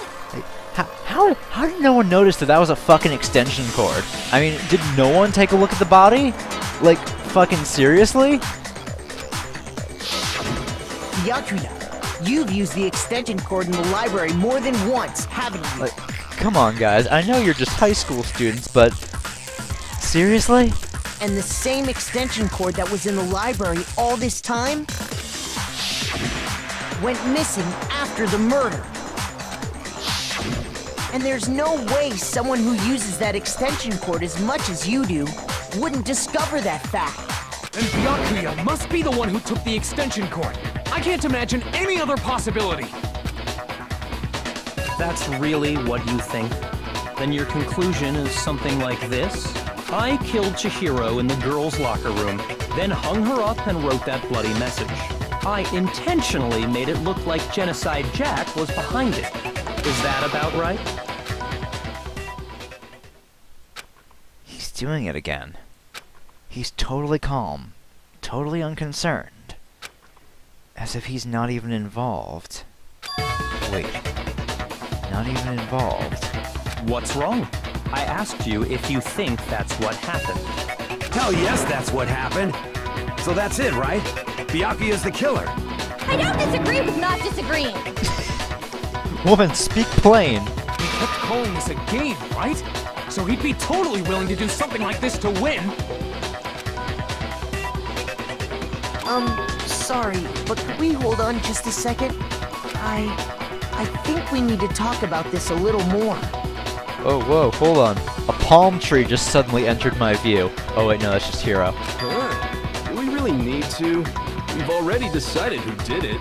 I know, but still, there's something that's still bothering me. Is that right? And what, pray tell, is still bothering you? I killed her in the girls' locker room, then disguised my crime. Specifically, I dressed it up to make it look like it was the work of a homicidal psychopath. What about all that bothers you? Wait. What was that just now? Something's not right. Chihiro's body was definitely found in the girls' locker room. But does that mean... Can I really just accept what Byakuya said as the truth? No, I don't think so. There's definitely something off about what he said. And that would be the scene of the crime. I got it! You say you killed Chihiro in the girls' locker room, right? But believe me, I don't have to censor Hifumi that much. It should be alright, Pika. But are you sure about that? Isn't it possible that the murder took place somewhere else? How disappointing. You know, I kind of want to get that voice clip for how disappointing and just use it. How disappointing. What kind of question is that? Even in the world of disappointments, this is a true letdown. She was found dead in the girls' locker room. There is absolutely no question about that. How could the scene of the crime have been anywhere else? Well, I think it's entirely possible that she was killed somewhere else, then carried there later, along with the rest of the murder scene. The rest of the murder scene? Oh, caught you off guard, didn't I? That was awfully specific. Please tell me you have a reason for saying all of that. I believe I do. Hey, Byakuya, did I just take you off guard? When the story suddenly moved to the crime scene, Byakuya, who'd been so confident up till now, maybe Byakuya never even realized that the actual scene of the crime could have been somewhere else. Hey, don't just move on without permission! What do you mean she was killed somewhere else? Come on, Makoto. If there's any chance the murder took place somewhere else, let's see the proof. Oh, now you actually want to know what I think. Evidence that shows the murder took place somewhere else. There's something that was switched between the boys' and girls' locker rooms. And that would be the posters. I got it! Yeah, we proved The Byakuya proof that she innocent. was killed somewhere else is the poster that's hanging in each locker room. Your proof is some posters? The poster in the girls' locker room was a picture of a big-boobed supermodel. But don't you think that's kind of strange? Why would the girls' locker room have a poster like that? I bet those massive jugs of hers were totally fake! Thanks for the commentary, Jill. Meanwhile, the boys' locker room had a poster of the super popular boy band Tornado. Again, that doesn't really seem to belong in a boy's locker room. So you're saying that maybe the posters were switched? And there's one other thing I noticed about the locker rooms. You know what I'm talking about, right, Sakura? You're referring to my protein coffee, aren't you? Protein coffee? While I was in the girls' locker room earlier, I spilled some protein coffee on the carpet. But I noticed that after the murder, the stain had been totally scrubbed away. No, it's not that the stain was scrubbed away. It was moved. And we need the carpet from the boys' locker room. I got it! The stain on the girls' locker room carpet wasn't scrubbed away. In fact, I found it on the boys' locker room carpet. That's definitely the stain from my protein coffee. Then, does that mean that the carpets were switched too? But why would anyone do that? To move the murder scene from one locker room to the other. It's certainly plausible, don't you think? Jeez, Margot, don't push yourself too much, dude. In other words, in order to completely swap the scene of the crime, the blood-stained poster and carpet were moved along with the dead body. By doing this, the killer was able to change the entire room where the murder took place. I can certainly follow your reasoning, but why would the culprit bother doing that? Huh? Why would they go through all that trouble of switching the scene of the crime? Actually, an even bigger question. If the murder did take place in the boys' locker room, then how did Chihiro get in the boys' locker room in the first place? To get into the locker rooms, you have to swipe your e-handbook across the card reader device. But Chihiro's handbook should have only allowed her access to the girls' locker room. She had no way to get into the boys' locker room to begin with. No, she did have a way, and I can tell you what it was. What's your theory, Hero? I highly doubt that. Shut up! I'm telling you, I know how she could have done it. Is he right? Could Chihiro really have gotten into the boys' locker room somehow?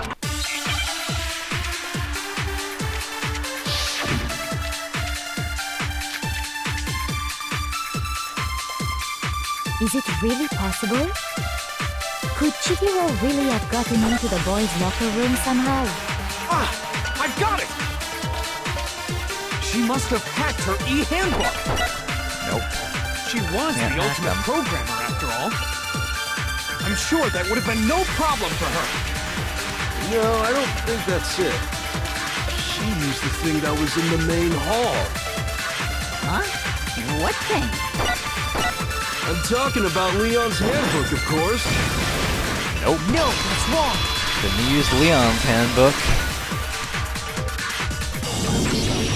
No, I don't think Chihiro used Leon's handbook. Why not? Because Leon's handbook was broken. Oh. Well, then, yeah, I guess that'd be pretty impossible, huh? Yeah, I guess so. I am struck silent by how quickly you gave up. Shouldn't be that surprising. I mean, he's pretty much a spineless worm anyway. Plus, isn't there a regulation against using someone else's handbook? Loophole, actually. Actually, the rule states that loaning your handbook is prohibited. It says nothing about borrowing one. In other words, you could borrow a dead person's handbook all you want, and you'd be safe. Yeah, no wonder he's been held back 3 times. Yup. Hit the nail square on the noggin. Of course, if it were broken, that wouldn't make any sense anyway. So then, she must have hacked hers, like I said. She used her ultimate programmer skills and... Psst! You can't fix an e-handbook. The instant you open one up, a security buzzer starts blaring. So, if she didn't use Leon's handbook, and she didn't modify her own handbook... Maybe Mr. Naegi's initial assumption is just... wrong? It seems like there's no way she could have got into the boys' locker room. So I guess so. Okay then, I vote for Byakuya. Is that it then? Chihiro was killed in the girls' locker room and Byakuya is the one who did it? Really? But still, I don't know what else I can do, and hold on, it feels like I'm gonna sneeze.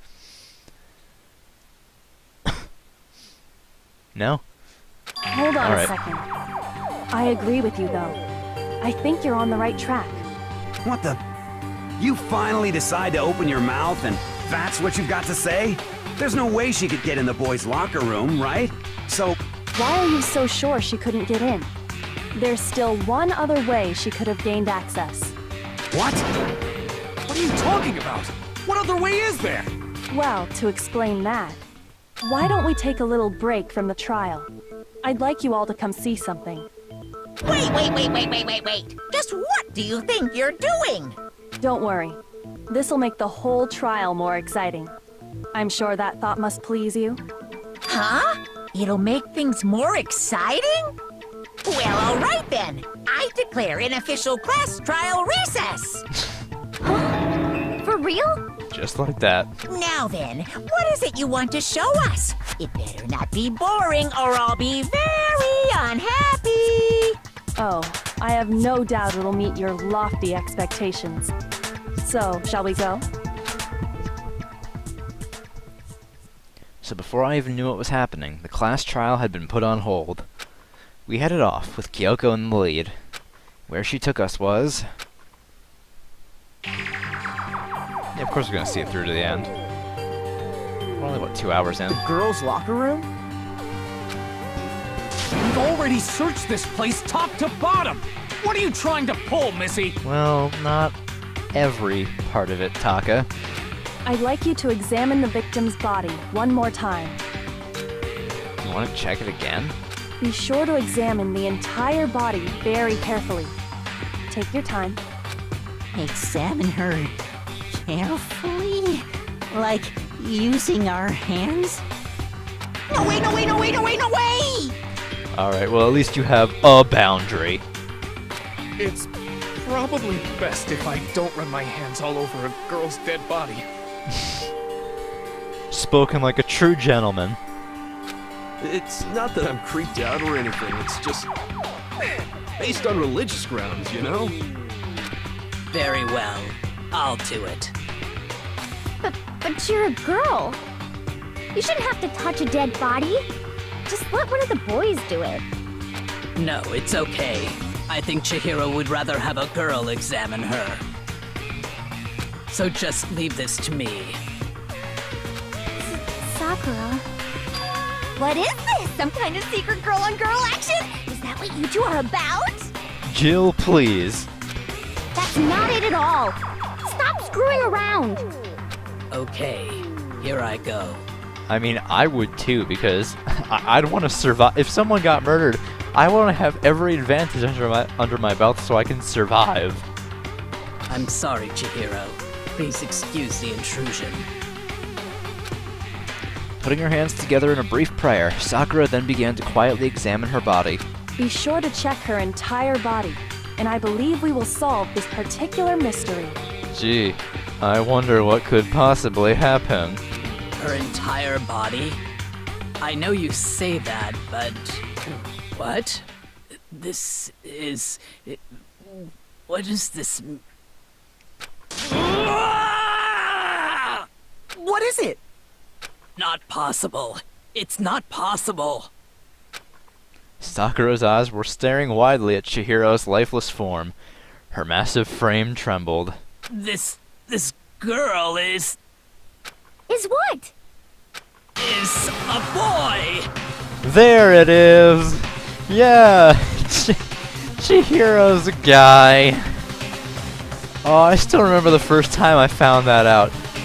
Like, it didn't hit me, like, the first time I was playing through this game, it didn't hit me until, like, halfway through the trial, but when I noticed it, I was like, no! I put my Vita down on my desk, put my hands on my head, and just silently rocked for, like, 30 minutes. I was so sad. Oh, damn. Ah, I see. So she was actually a he. Interesting. Thank you for confirming this fact. I mean, yeah, he still is a precious little cinnamon roll. It's just... I was a little sad.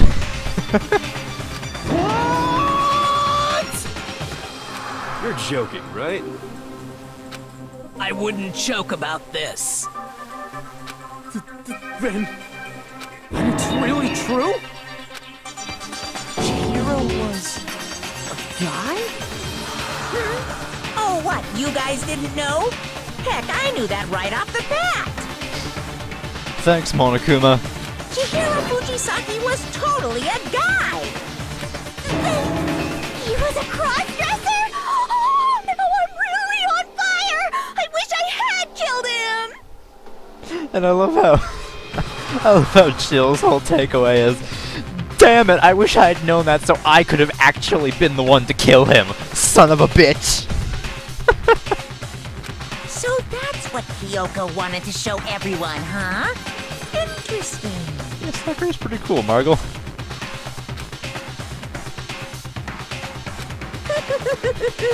Yes, that certainly does make things much more exciting. Now let's ride this wave of excitement back to the courtroom and get back to the trial. Shit, what are you gonna... Exactly. Too late now. I do apologize for keeping you waiting. Now then, let's resume the class trial. We've all just learned of the shocking revelation that Chihiro was actually a boy. Let's pick up from there. Well, I mean, there's only one way to know for sure whether or not a corpse is a boy or a girl, Pika. I mean, you gotta search a certain place. You know? Yes, well, I don't know his reason for hiding it, but the fact is, Chihiro was not a girl, but a boy. To think that Chihiro was actually a guy. The thought had never even crossed my mind. And because the victim was male, he would have had no problem gaining access to the boys' locker room. Assuming his handbook did, in fact, list his gender as male, then yes, that would be true. Of course his handbook said he was a boy. He dressed like a girl, but he was a boy through and through. So then, there should be no issue with Makoto's initial assertion. The victim was killed in the boys' locker room, and was then later moved to the girls' locker room. And the killer could have easily used Sayaka or Junko's handbook to get into the girls' locker room. So Chihiro really was killed in the boys' locker room? Yep. I still don't understand the motive for moving the body, but yes, that does seem plausible. Well, I must admit, I did find it rather odd. I knew he felt a little off. There was a certain incongruity to his female body. This is the most titillating situation! Jill, now is not the time! So now everything has been connected. All the mysteries have finally become clear. Okay, well, connected or clear or whatever. We still think you're the killer, remember? Well, pull back a little, Hina. I mean, if Byakuya was the killer, he would have known from the offset that Chihiro was a guy. And Byakuya didn't know that, so I think it's safe to assume that Byakuya is not the killer, unfortunately. Very interesting. This has become very interesting indeed. You know, this shit's not helping you, dude. He's off in his own little world. Yep. What about you, Makoto? After everything we've learned, do you still think Byakuya's the killer? Well, without a doubt, Byakuya is the one that made Chihiro's death look like Genocide Jack did it. Yeah, there's no doubt that Byakuya is a piece of shit for fucking with Chihiro's body. However, he's not the one who killed her. But still, fuck him anyway. But I think he might not actually be the killer after all. What? But aren't you the one who accused him in the first place? He just seems to be too easygoing about all this. Like he's enjoying us solving the mystery. The way he's acting, it makes it seem like it doesn't have anything to do with him. And you think that might be because it doesn't have anything to do with him? Plus, the evidence he left behind was a little too... how can I put it? overt. Yeah, exactly. If Byakuya was the killer, he wouldn't have left such obvious evidence behind. He consciously chose to use the extension cord, knowing it could connect him to the murder. At least, that's how I see it. And Byakuya, when you found out the murder took place in the boys' locker room, it seemed to rattle you. Yep. And then again when you found out Chihiro was actually a guy. If you really were the killer, that stuff wouldn't have had any effect on you. So that's your thinking, huh? Well, it bothers me that you don't have more concrete reasons, but it's fine. I guess I'll mark it as correct for the time being. Fucking the arrogance on this man. Mark it as correct? He's right. I am not the culprit. I just happened to come across the corpse in the girls' locker room and decided to alter it. Are you fucking with us right now? No, I am not effing with you right now. I'm telling you the truth. I love how he's dignified enough that he's not gonna fucking swear. It's beneath him. You fucking tool. Well, I find it very hard to believe. Go ahead. Find it very hard to believe. You're free to be executed along with the rest of us. If you're really telling the truth, then why? Why do you do that to his body? Because he's an asshole that just wants to see things more interesting. My reasons hardly matter right now. Uncovering the culprit is much more important, wouldn't you say? Now then, if it wasn't me, who was it? Why would you do that to yourself, Pika? Why would you do that to yourself, man? Well, I don't think I can say for sure without talking about it a little more. Dude, you can't go Googling stuff about this game if you want to be spoiler-free.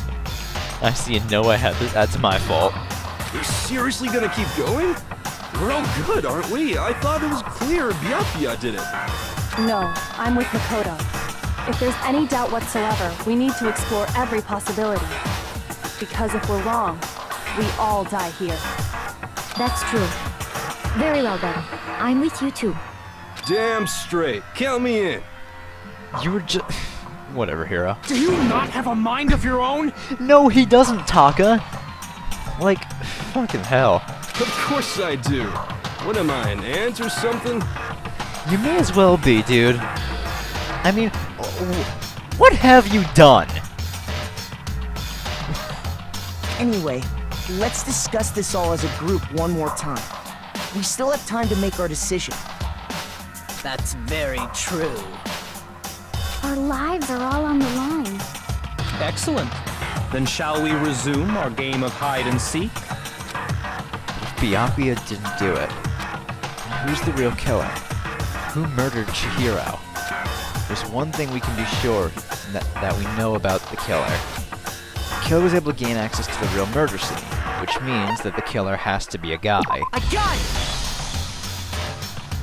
Since the crime scene was in the boys' locker room, you would need a boys' handbook to get in. Since Leon's handbook is apparently broken, the killer would have had to use their own. In other words, it had to have been a guy. But that's still not enough. I need to find some more clues.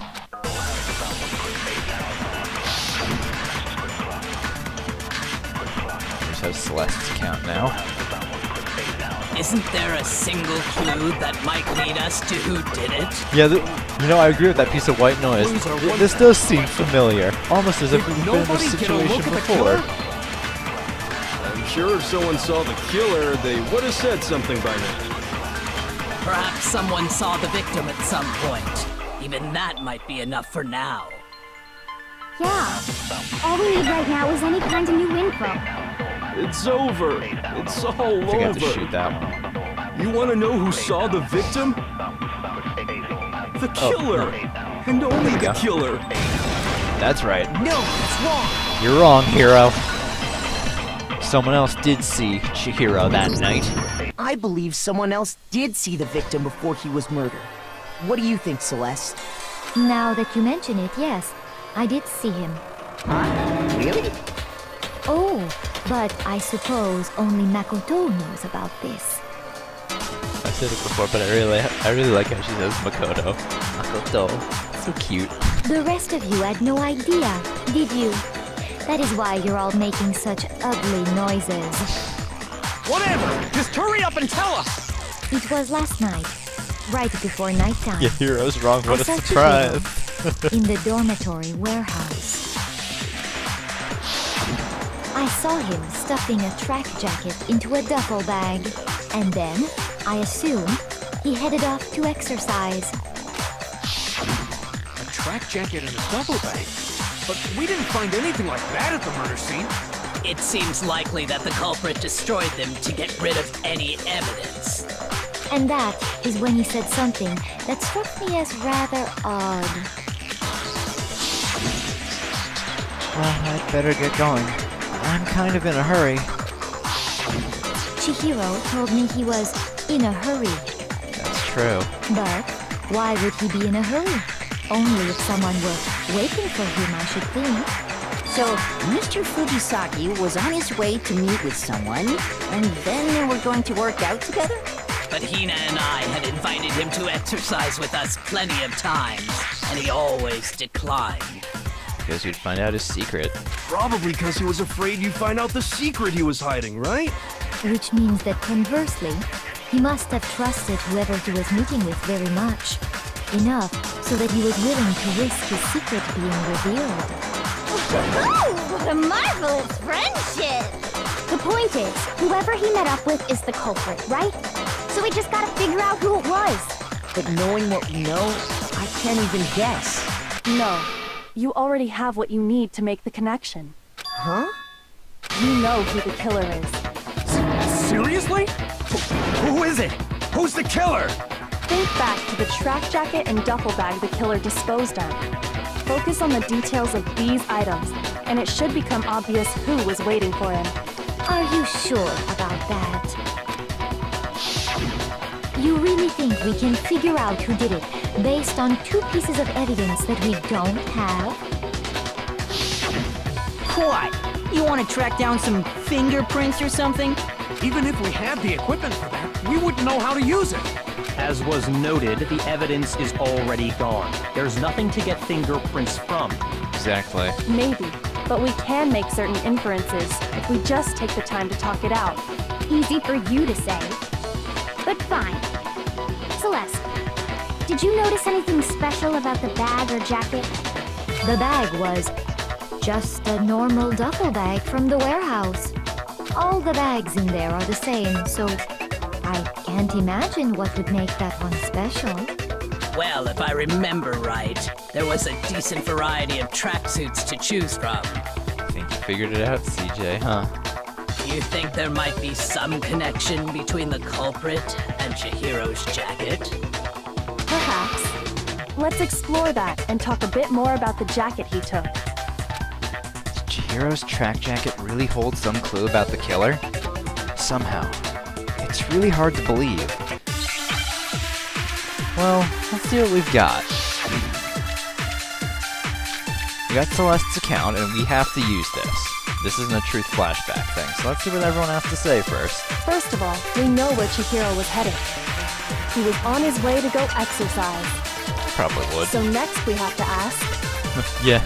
Why did he choose the specific tracksuit that he did? I agree with the CJ. What do you mean, the specific tracksuit? I got it! He picked that tracksuit because it matched the one the culprit was wearing. That's a good question, Dave. So, what you're saying is, the killer was wearing the same blue tracksuit as him? My tracksuit is black. I don't even have a tracksuit. Yeah, because none fit you, This probably. exercising sucks. Yeah, we can I see have a white evidently. tracksuit, personally. I got it from the warehouse, if you must know. Did any of that really help us get any closer to figuring out who the culprit is? No way. Not a chance. Huh. You heard him, right? What he just said without even realizing it? You know, I heard, Kyoko. She's right. What he said just now is really odd. How did he know something like that? First The of all, killer we made a know where fatal Chihiro was mistake. headed. He was on his way to go exercise. Oh boy. So next we have to ask, I'm so sad. why did he choose the specific I'm so sad. tracksuit that he It did? upsets me every What do you mean, time. the specific tracksuit? Oh I got man. it! We picked that tracksuit because it matched the one the culprit was wearing. So, what you're saying is, the killer was Mondo, wearing the Mondo, same blue Mondo. Why? No, it's wrong. Mondo. Hold on a second, Mondo. What did you just say? Oh, Mondo. Why did you have to kill Chihiro? You're one of my favorites. Huh? What'd I say? When Celeste testified a few minutes ago, she said, I feel the exact same way, Pika. It's so sad. I saw him stuffing a track jacket into a duffel bag, and then I assume he headed off to exercise. she never said anything about the jacket's color. Yep. So why did you say Chihiro's blue tracksuit? Man, we were supposed to go on that ride once we got out of here. Looks like that's not happening anymore. What are you? You just... Hey, Celeste, what color was Chihiro's tracksuit? As a matter of fact, it was blue. And before we began the trial, did you tell anyone that? The only one I told about any of this was you. Then, Mondo, how did you know what color Chihiro's tracksuit was? Might as well start picking some new favorites, Pika. Because I just... I'm sure he saw the clothes at some point in the investigation. No, Taka. No, that can't be it. The bag and clothes were surely disposed of by the time we began our investigation. Then the only reason he could have known what color the tracksuit was is if he saw Cherry with it before he died. That's the only possibility. Yeah, at least there's Hina. Cherry? Are you talking about Chihiro? So, how about it? Did you see the tracksuit or didn't you? Just by chance. I just happened to see it last night. He walked past me, and he was carrying the tracksuit in his hands. No, that can't be it either. According to Celeste's testimony... Yeah, he had the duffel bag, Mondo. You couldn't have seen him carrying in his hands. When Celeste noticed it, Chihiro made a point of making sure the jacket was completely in the bag. If you just ran into him briefly, you couldn't possibly have seen what color the tracksuit was. Oh, Mondo. It would appear you've dug your own grave. Perhaps. But you handed him the shovel, didn't you? That's why you said what you did. Oh, Mondo just had to pull a Furio Tigre. Focus on the tracksuit and it'll be obvious who he met with? What a bunch of nonsense. Ah, now I understand. It was all one big bluff, wasn't it? Your true intention was to draw a slip of the tongue from the culprit. That's why you said you knew who did it, to put them on edge. That's right. However, Mondo was my target all along. I had my suspicions about him from the very beginning. But why? What made you so suspicious? That's a good question. Well, if you were sharp enough to catch it in the beginning of the investigation like CJ, it was the way Mondo talked. There was a certain turning point that ticked me off. Maybe you didn't notice it, Mondo, but you tend to refer to men and women differently. You only call guys dude. For girls, it's chick. And after he was killed, you happened to refer to him as dude. Yep. Once I picked up on that, it occurred to me that Mondo knew something we didn't. You noticed such a tiny detail? Are you a witch? She's a witch! You're positively frightful! No, I'm not the frightful one. Not nearly as frightful as someone capable of murdering a friend. Mondo, was it really you? Did you really kill Chihiro? Mondo. I didn't kill anyone! You've been all over me, judging everything I say, putting words in my mouth. What gives you the right to treat me like a goddamn criminal? Yeah! He would never do something like that! This is a false accusation! Of course, his bro jumps to his defense. It's true. Taka. My reasoning on that is pretty shaky. That was fast. Well, this does present us with a problem. It seems we are all out of leads. My time has nearly come. That's what my little ghost friend is telling me. Oh yeah, that reminds me. Hifumi, weren't you telling me you'd found some evidence? Really? What kind of evidence? Actually, now that I'm thinking about it here calmly, it might not be all that relevant. Jeez, does your confidence just get up and walk away? It's fine, man. Just tell us. For once. If you really insist, then... here it is. What do you have there? That's a broken e-handbook. It happens to be an e-handbook. I found it laying on the ground, so I scooped it up. You found it on the ground, right? Then it must belong to Chihiro since his was missing. I got it! We know Chihiro's handbook was missing from the scene of the crime, right? For a fact. For a fact indeed. I was totally sure I'd found it. Then it must hold some clue about the culprit, right? Well, that's what I was hoping. But it's busted. It won't even turn on. I imagine the culprit broke it to get rid of any evidence after the murder. That's odd. I didn't think the handbooks were quite so fragile. You're right. They're not. They're totally waterproof and shock resistant. It would take an awful lot to break one. And yet, this one does appear to be broken, as is Leon's, sitting useless in the main hall. For all your confidence, that is a remarkably high failure rate. Do you think there might be some kind of mystery in there somewhere? How precisely did the handbooks get broken? How'd the handbook break? There's only one possible explanation, one that Monokuma told us earlier. Got a weak point. I got it! You already told us before that the handbook has one weak point, didn't you? You remember that? Sure, maybe I let that slip, but I never told anyone what the weak point actually was. But if the handbook is supposed to never break, and two of them broke in quick succession, then we can only assume that someone's figured out its weakness. You know what the weakness is, right, Monokuma? So, what is it? Oh, get fucked, Pika. You're asking me? I think it's a necessary piece of information if you want this to be a fair trial. But if I tell you, and someone else decides to copy it, that would be very not good. Just tell us already! Why would we want to break our own handbooks? Oh well, I have a weakness for pushy demands. But you're sure you won't follow their example? That's kind of why I really like these games, Margle. You have to be very detail-oriented. It's a lot of fun for me.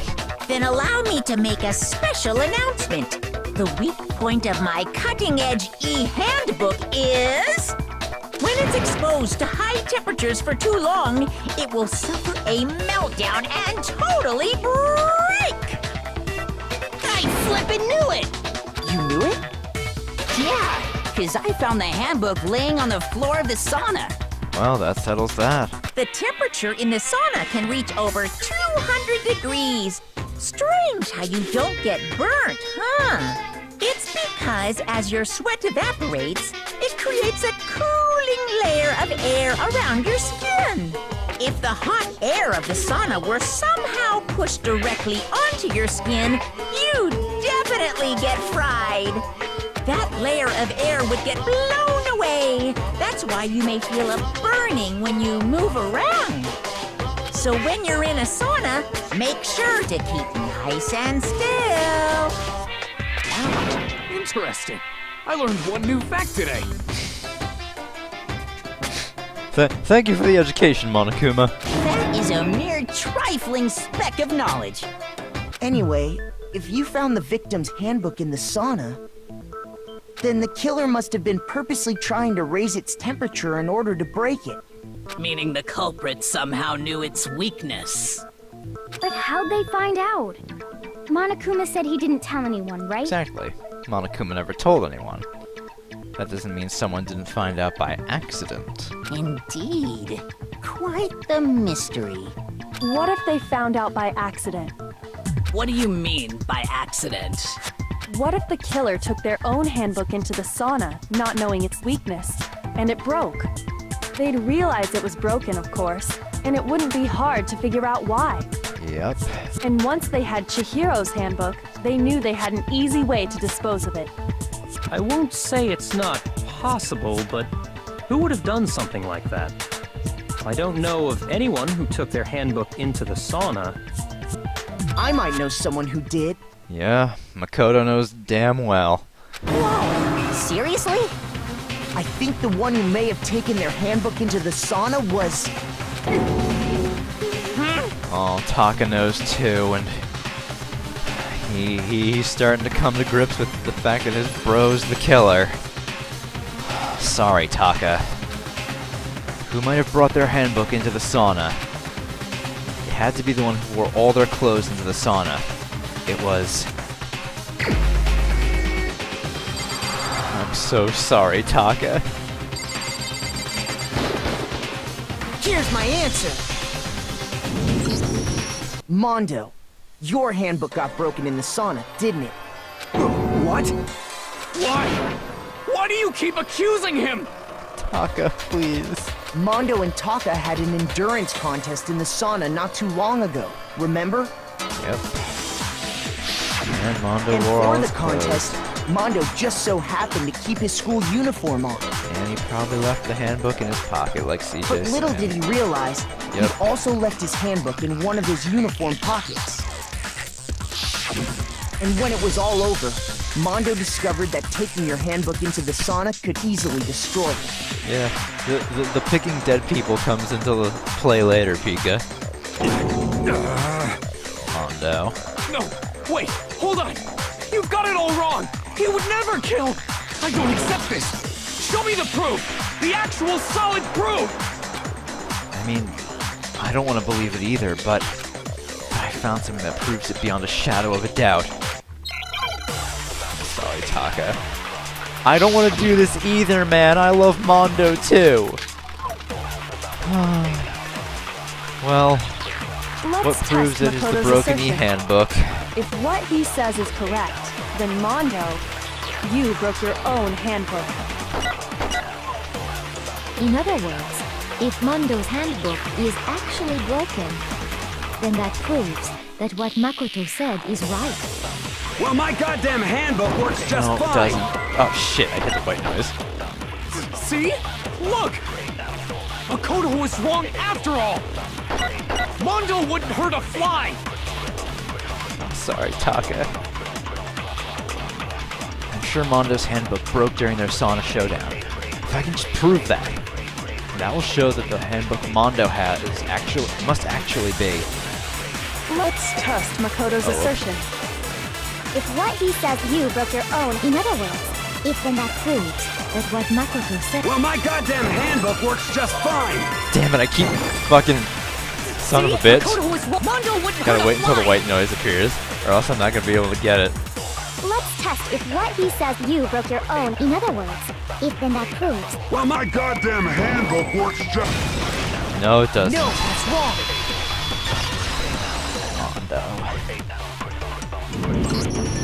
Mondo, the handbook you have right now, is it really yours? The fuck is that supposed to mean? The broken handbook that was in the main hall, isn't that one actually yours? What the heck are you talking about? What I mean is, I think Mondo swapped his handbook out for one that actually works. Yep, swapped it out for Leon's. I think he took Leon's handbook and replaced it with his own. After all, Monokuma said himself that Leon's handbook never should have broken. That's right! The punishment it suffered wasn't nearly enough to destroy it. So then, the broken handbook in the main hall is actually Mondo's, which would mean that the handbook Mondo has right now is actually Leon's, yes? But school regulation that says loaning out your handbook is prohibited? Well, here's how I look at it. There is a rule about loaning your handbook to another student, but if they're dead, they're not a student. It's kind of a gray area, I admit. But no worries. If anything, it just makes things more interesting. As such, I decree that exchanging handbooks with a corpse is not a violation of the rules. Well, Mondo, if I'm wrong about this, you're welcome to say so. Yeah, Mondo. I'm happy to admit I made a mistake, but... Son of a bitch! What's wrong, bro? Come on! Tell him he's wrong! You are wrong! You have to be wrong! Everything you just said is wrong! You made it all up! Okay, then why don't we look back on this case one more time, from the beginning? That way, everything will become clear, and we'll all see if I was right or wrong. And here comes the closing argument. Let's see. Celeste saw Chihiro in the warehouse with a duffel bag and the track jacket.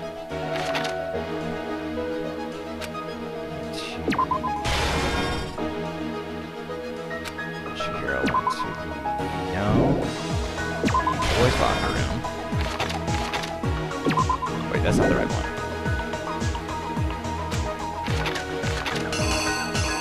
Yeah, there we go.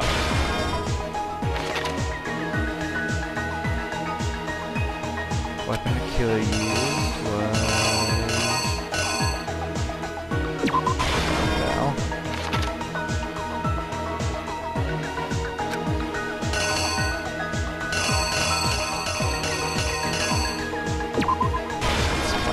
Poster. Swaps the carpet.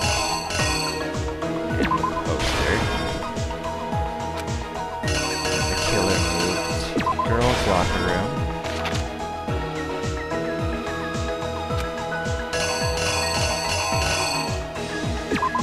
Poster, set up the scene. Byakuya came along, asshole he is. Extension cord. Broke bloodlust on the wall. Then the killer went to the sauna and threw in the handbook. Here's exactly what happened. First, let's take a look back to before the incident. Last night, Celeste saw Chihiro in the warehouse, correct? At the time, she was apparently stuffing something into a duffel bag. That something was a blue tracksuit. You can confirm this, right, Celeste?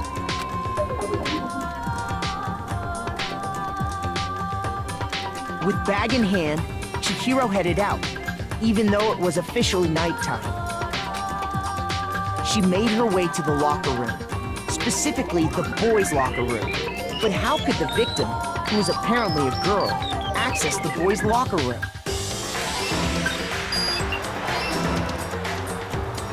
Simple, because she was really a he, which is why he was able to use his own e-handbook to gain entrance to the boys' locker room. Once inside, he met with someone there. And the person he met was the one who killed him.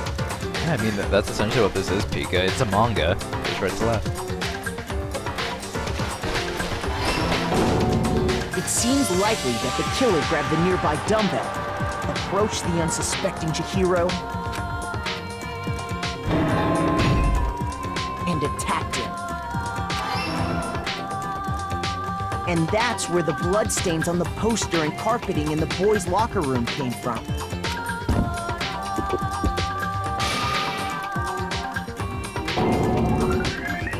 It was likely in the heat of the moment. The body was arranged, but the murder itself felt unplanned. Which is why the killer hurried to try and hide the act. First, pulling up the bloodstained carpet. Then, removing the bloody poster.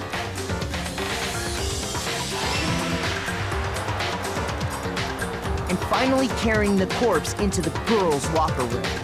A girl's handbook was necessary to get into the locker room, of course. But this alone doesn't prove that the killer was necessarily a girl. After all, Sayaka and Junko's handbooks had been placed in the main hall. Using one of those, a boy could get into the girls' locker room without much problem. And that's exactly how the killer did it. With the carpet and the poster they brought with them, they got to work.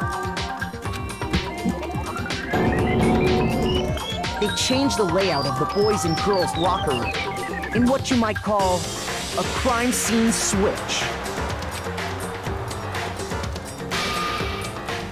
That could have been the end of things, but no. Byakuya decided to be an asshole, which is really nothing new, but still. Byakuya discovered the body and decided to intervene in the situation, making things even more complicated. So, after stumbling on the crime scene, he went and grabbed the extension cord from the library, and then he got to work. He used the cord to string up Chihiro's lifeless body. Well, I mean, how would he dispose of the body? There's not a lot of places to put the body, Alex. It's gonna be found eventually. Then, using the victim's own blood, he left a grisly message there at the scene of the crime. He wanted to create the illusion that Genocide Jack was responsible for the slaughter. And around the same time that Byakuya was putting together this facade, the killer, having already disposed of Chihiro's bag and other belongings, arrived at the sauna. There, they planned to destroy the last piece of evidence, Chihiro's handbook.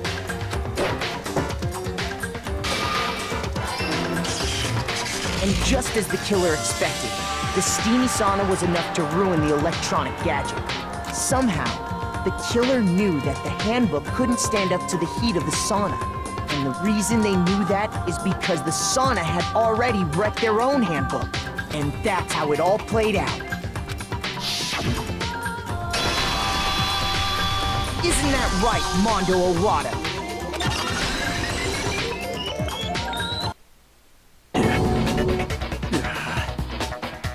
Wait!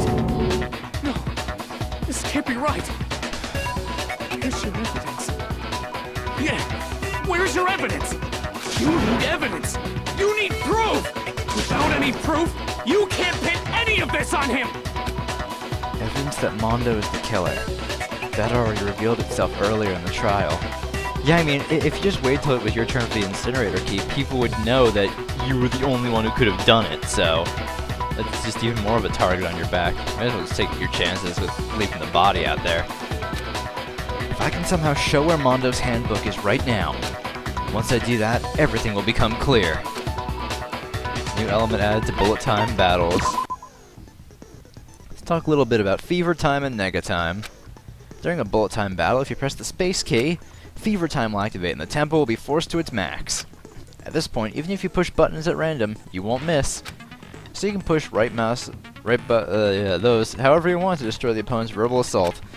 But this only lasts until your focus gauge runs out, so make the best possible use of your time. Of course, it wouldn't be fair if only you got access to special time, right? So we've also prepared something called nega time that your opponent can use. If the opponent activates nega time during the bullet time battle, your tempo marker will disappear, making it quite a bit tougher to hit the buttons in rhythm. If you were to activate fever time at this point, no, never mind. I'm sure that nothing would happen. I don't know what I was worried about. Unsurprisingly, if your action difficulty is set to gentle, the opponent won't use nega time. Well then, good luck, have fun! Yeah, I feel like Leon's is probably the most violent in this game. It's the one that really shows the aftermath. Show me some evidence! You're wrong! I won't listen! I refute you! False! Show me some evidence! I won't listen! False! I refuse to vote! Show me some evidence! You're wrong! I won't listen! I refute you! False! me some evidence! Show me some evidence! This should prove it!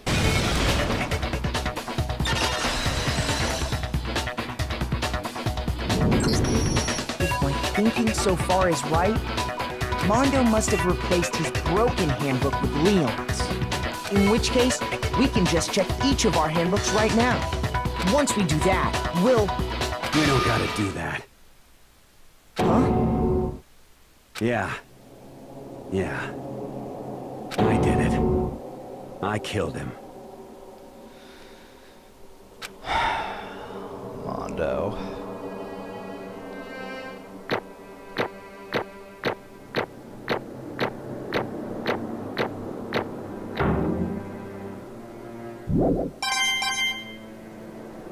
Oh, Mondo. Bro, what are you saying? I got no choice, man. After hearing all that, I gotta just... give up. Go ahead, Monokuma. Get it over with. Ask for the goddamn verdict. Roger that!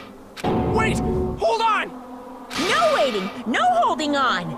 Time for the moment we've all been waiting for! Grab your lever and give it a yank! Who will you elect as the Blackened this time around? Will you make the right choice, or the dreadfully wrong one? What's it gonna be? What's it gonna be? It's definitely a lot tougher to condemn Mondo over Leon, isn't it? At least Mondo... yeah, Mondo's at least taking this in stride.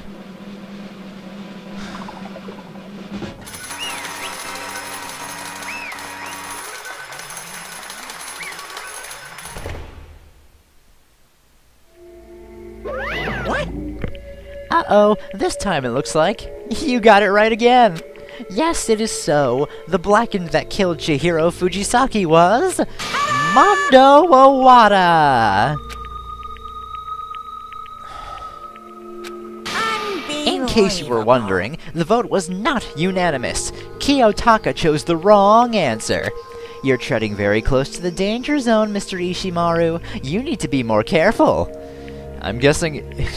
since Taka didn't want to vote for Mondo, I'm guessing Taka voted for Byakuya? Probably Byakuya. I refuse to believe it. There's no way. No way he would kill someone. Sorry. What is this? Why are you apologizing? Why? Why? Why? Why did you do it? Now then. Well, it looks like Mondo's taken a vow of silence, so allow me to explain on his behalf. Actually... The story of the murder this time is the sad story of two men. But if for anyone who doesn't really want to hear it, you can just hit the control key to fast forward the text. Anyway, there was once a young boy, and his name was Chihiro Fujisaki. He had an extreme inferiority complex regarding his own lack of strength. You're so weak even though you're a boy. He'd heard things like that as long as he could remember, and he couldn't overcome his weakness. On the contrary, he tried to hide and buried himself further and further into that weakness, to take on the fragile form of a petite young girl.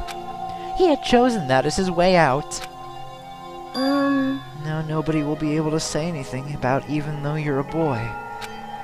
But no matter how tightly he wrapped himself up in that shell, the inferiority complex has already taken root deep inside him, and was not so easily weeded out. As it turned out, the shell was completely empty. The complex didn't disappear. Instead, it only grew stronger and stronger. I'm weak. Weak.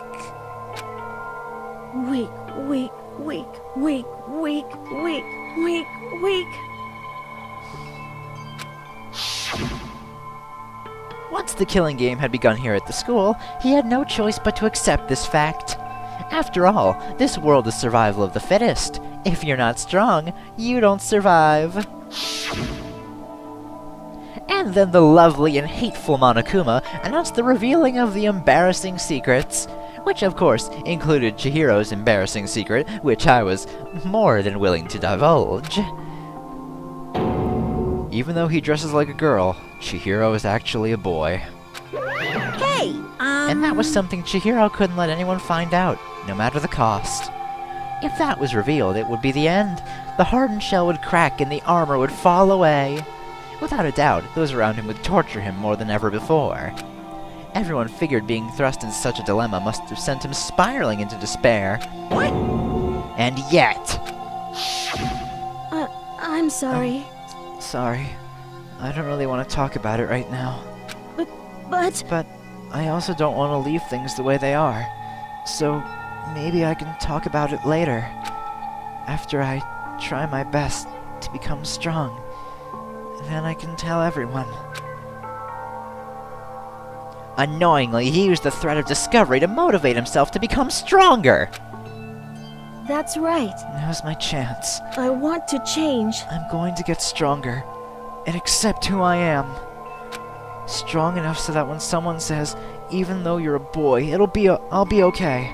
I'll get better.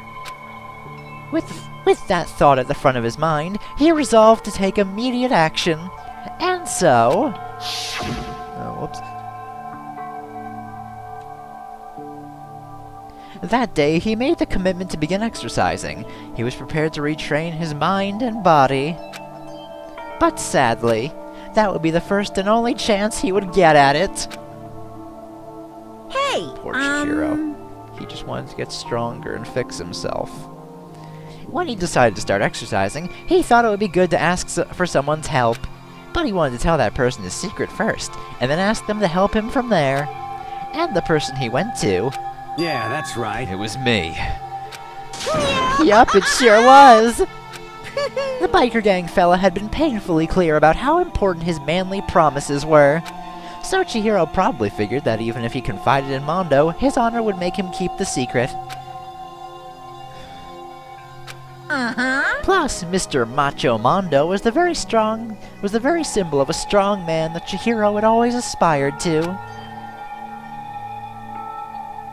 Maybe talking to Mondo about it will help give me some courage. I think that's just supposed to be Monokuma. So I went and asked Mondo to help him become strong. That was his aspiration. And he thought that only with Mondo's support would he ever be able to come close to that. Correct. So then that must be why Mondo... Oh my god. So then that must be why Mondo did what he did. To keep the promise he'd made to Chihiro. Huh? Do what he did? You mean that's why Mondo carried Chihiro from the boys' locker room to the girls' locker room? Indeed. Yes, that's exactly what I mean. Wasn't that to cover up what he'd done? Certainly. That could have been part of it, but I don't think it was the main reason. The real purpose was to keep the promise between men he'd made to Chihiro. But how does moving the body keep a secret? Because if everyone knew he'd been killed in the boys' locker room, then everyone would have been arguing about how she got in the boys' locker room. Right? Once that started up, at least a few of us would have immediately begun to suspect his identity. So, he tried to protect Chihiro's secret by putting him in the girls' locker room and stealing his handbook. See? Yeah, I agree, CJ. Like, most of the people here are actually really good, nice people, but, like, the motives are... Like, these motives really drive them to the edge. It's upsetting to see how far these people are driven because of Monokuma. Then Mondo did all that to keep the promise he'd made to Chihiro, who he'd also killed? Why would he do that? The more I hear you talk, the more I don't understand. I mean, you guys trusted each other, right? So why? Why did you... Because, no matter what, I didn't want anyone else to know. I knew it. So that's what triggered it after all. The possibility of having your embarrassing memories and secrets exposed. What is this? That's impossible! Nothing could have been that bad. Something he didn't want anyone to know, even if it meant killing someone? You're wrong! It's impossible! Don't make me repeat myself. How many times must I repeat myself? To judge others by your own standard is the height of folly. Even if you can't comprehend it, he obviously can. That's all there is to it. Well, while we're on the subject, why don't I tell you? That embarrassing memory, that secret he didn't want anyone to know. Hey! You know what Mondo did? He killed his own brother!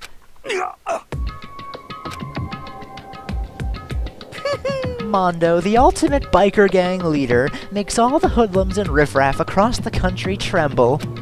But the only reason he had the chance to join a gang in the first place was because of a certain someone. Mondo's older brother's name was Daya Owada. Mondo had nothing but respect for him. It was because of Daya that Mondo ever got on a motorcycle. Mondo's brother was his only family growing up. He was the only one Mondo could trust, or respect. He wanted to measure up to his big brother, so he imitated him in everything he did. Mondo was the epitome of the starry-eyed kid brother. Meanwhile, the charismatic older brother had put together a local motorcycle gang. And before anyone knew it, it had grown into the biggest biker gang in the country. Daya, the older brother, number 1 in the gang, and his number 2, his younger brother, Mondo. In the beginning, everything was peaches and gravy. But when Mondo started to think about how he would have to take over the gang from his brother someday, his brother's greatness, his reputation, began to gnaw on Mondo's very soul. The kid's gonna take over for Daya, huh? Daya created this gang with his bare hands. Mondo's just along for the ride. Can someone like that really be our leader? All that'll do is make the gang look bad. Almost every day, Mondo heard the gossip and whispers of the other members of the gang. Which is why... I gotta get stronger. Stronger than Daya. Once. Just one time. No matter what. I gotta win. Don't fuck with me. I don't care what it takes. I gotta come out on top! And on the night of his amazing brother's retirement ceremony, Mondo challenged him to a street race. But during that race, tragedy struck. The kid brother pushed ahead with reckless abandon, eager for victory, and dashed into oncoming traffic. But suddenly...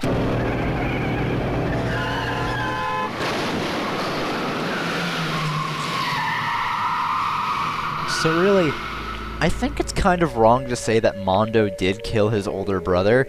I mean, it's technically Mondo's fault that Daya died. However, I would not say that Mondo killed his brother.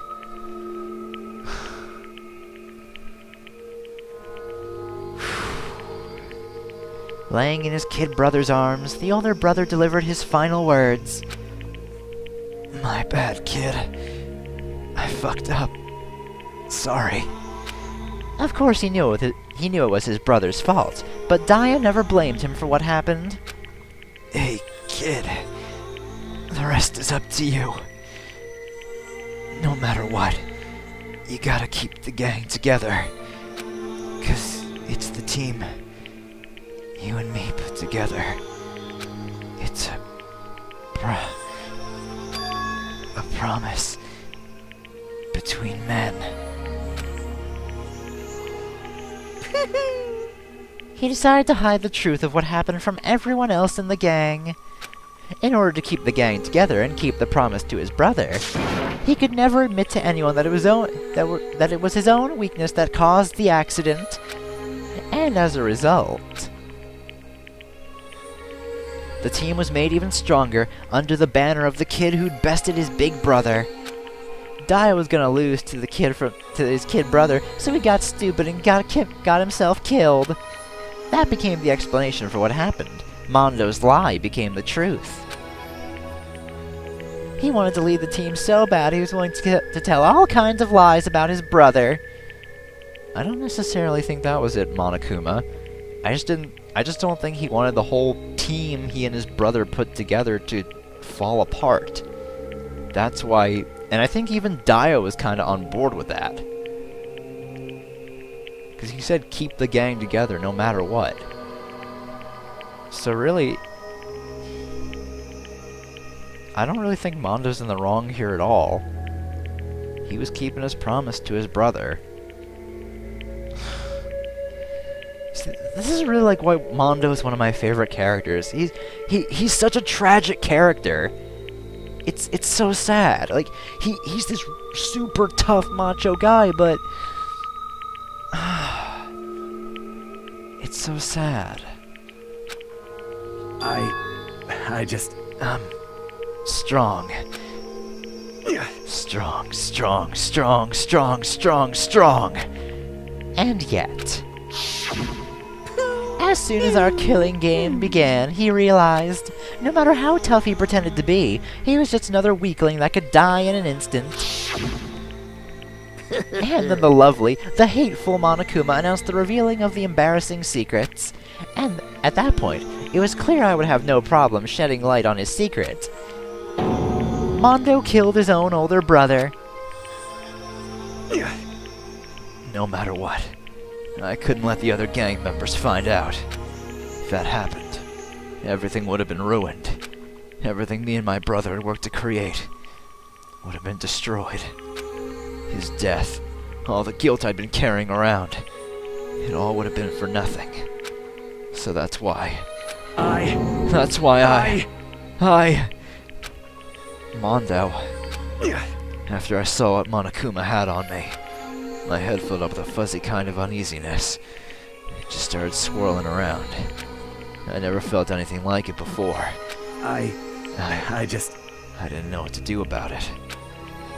I wasn't sure what to think or say. But after a while, that fuzzy uneasiness turned itself into a rock-hard lump of anxiety, way down in my stomach. And it was right around then that Chihiro asked me to start working out with him. And right there, he told me a secret. Seriously? Jesus. I'm sorry. Yeah. I'm sorry that I lied to you. But why? Why now? Why are you telling me this all of a sudden? Huh? 'Cause I mean, you kept that secret all this time, right? If anyone found out, you would... But... You're right. But... I want to change. I wrap myself in lies. I'm weak. I want to destroy that version of me forever. His words were like a knife in my gut. I felt like he was exposing the lie I'd been living myself. I have to change. I don't want to be weak anymore. You're so strong. It can't hurt you, right? Whatever secret Monokuma might tell us. You piece of... So what? You're saying I should just say it? What? You're saying if I really am, I should just be able to tell everyone my secret? Huh? I was jealous.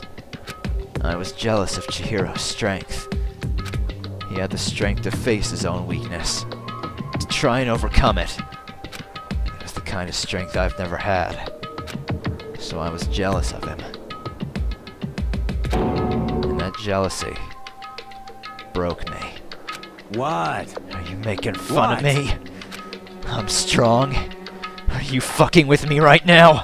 No! I'm not making fun of you. You really are strong, Mondo.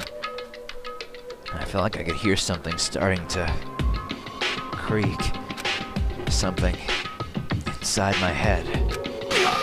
What did he want me to do? What was I supposed to do? Was I supposed to just sit back, let my secret get revealed and ruin everything? What's wrong? Why'd you have to tell me all that? Are you trying to rub my failure in my face? I just wanted to... No, I just really admire you. I admire your strength. Yeah, that's right. That's right. I am strong. Strong. I'm strong. Strong, strong, strong, strong, strong. Stronger than you. You son and of a stronger bitch. than Daya! I don't remember anything after that. When I woke up again, he was lying at my feet, covered in blood. I had the dumbbell in my hand, and I was just staring at him, down on the ground. Hey! I killed him. I killed Chihiro. Even after all this time, I'm still just as weak as I've always been. And thanks to that, I did something I can never take back. Mondo. He was normally so aggressive, so angry. He hid that weak side away from everyone. That was his secret. A weakness like that lived in a heart like his, and it turned him cold-blooded. God damn it! Look at him! You see? You're all just like him! For a secret from the past. For a memory. For that, he killed another living human being in cold blood. He couldn't cut free of his regrets from the outside world. He doesn't know what true strength is. Do you see hope anywhere in there? 'Cause I sure don't. You bastard! Just shut up, you son of a bitch! Go ahead, say that again! I dare you! Like, you know Kiyotaka's broken when he starts cursing. Yep. Okay, I'll say it as many times as I want. Is what I want to say, but unfortunately I can't do that right now because the time for punishing is fast approaching. Punishing? It can't be. You mean execution? Well now, That's what I promised you, right? The blackened that disturbs the peace will be punished. Ridiculous! Hold on! Now then, I prepared a very special punishment! No, wait! Wait! Let's give it everything we've got! It's punishment time! I said wait! Sorry, man. I couldn't keep the promise we made. From one man to another.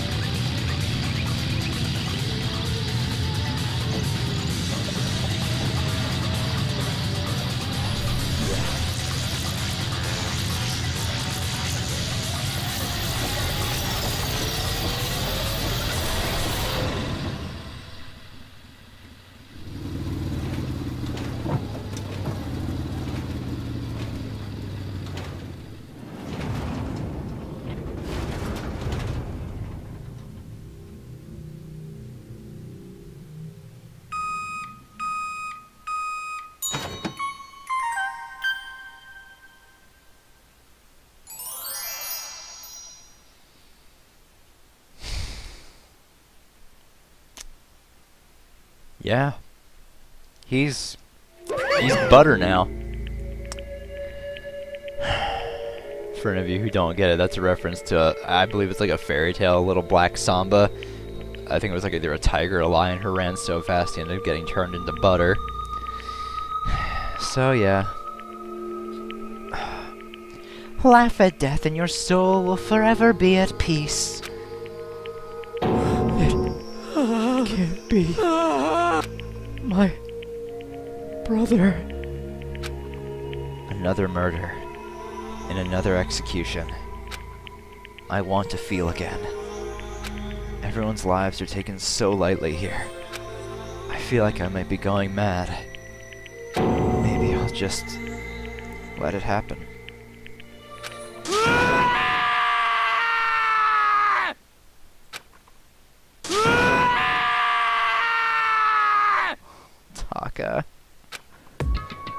As Taka's sad screams invaded our skulls, we were each forced to realize once again.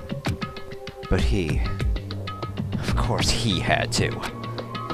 What a disappointment. This is the end of the game? Man, I really want to fucking punch Byakuya right now. Like... I want to beat the shit out of him so badly. Because not only is he like minimalizing Mondo's death, but he went and fucked with Chihiro's body just to make things fun for him. I really hate Byakuya in this case. He's such a piece of shit. Byakuya? What is this? You're completely insane, you know that? A game?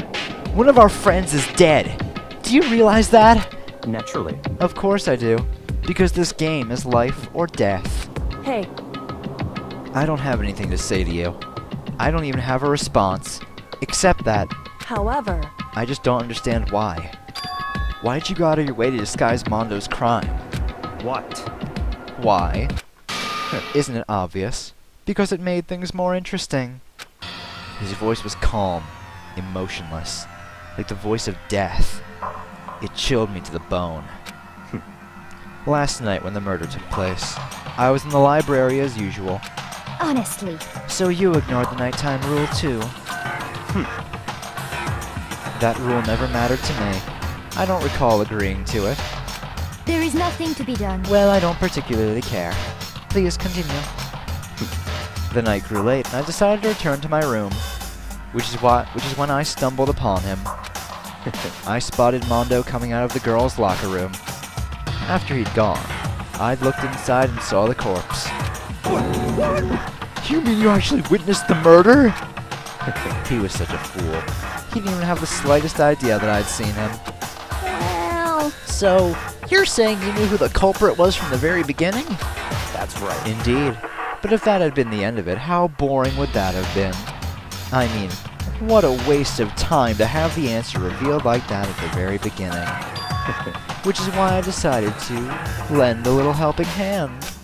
I thought it would liven things up. You did all that to liven things up?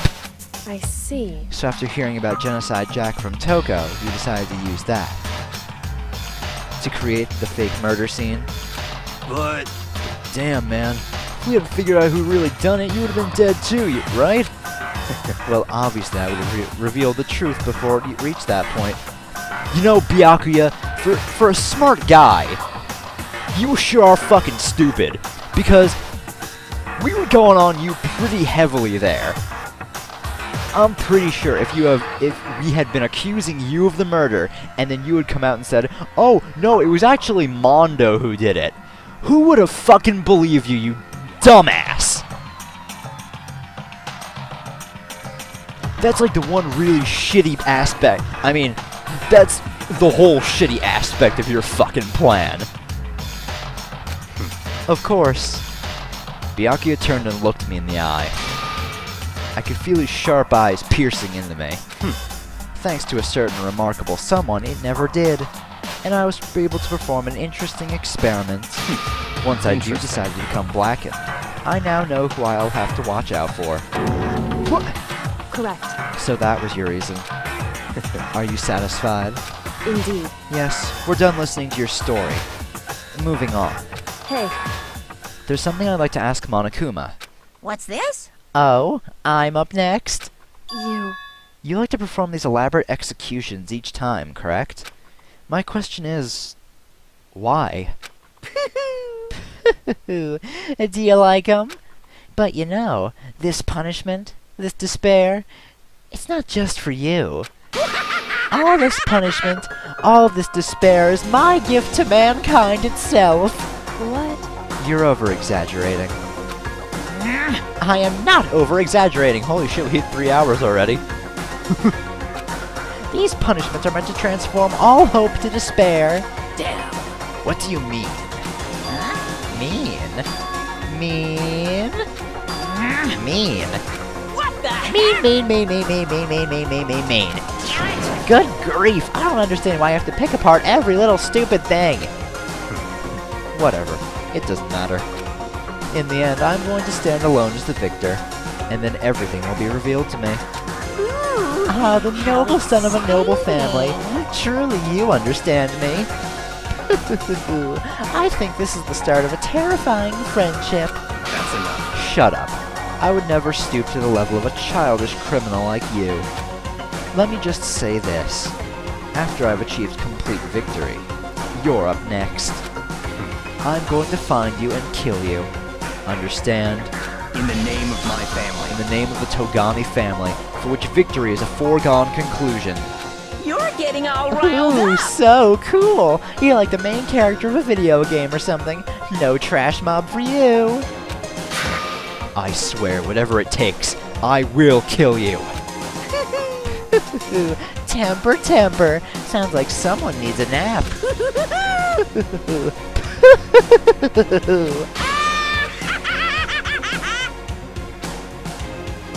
We will set a new record when the final trial comes around for length of this thing. Monokuma's laughter peeled across the courtroom, and the curtain closed on the case of Chihiro and Mondo. Well, actually, hold on, because Chapter 6... Well, actually, hold on, I shouldn't say anything. We might not have a longer stream for the final trial. Maybe. We'll see, though. Monokuma's laughter peeled across the courtroom, and the curtain closed on the case of Chihiro and Mondo. But I knew that wasn't the end. The killing game would still continue, because the mastermind wouldn't let it end. For those of us who were still alive, our worst fear and despair kept on multiplying. It was the kind of despair that felt like a blind puppy in hell had more of a future than us. All of our courage, our effort, our friendship, it felt like it amounted to nothing at all. It was the worst kind of despair.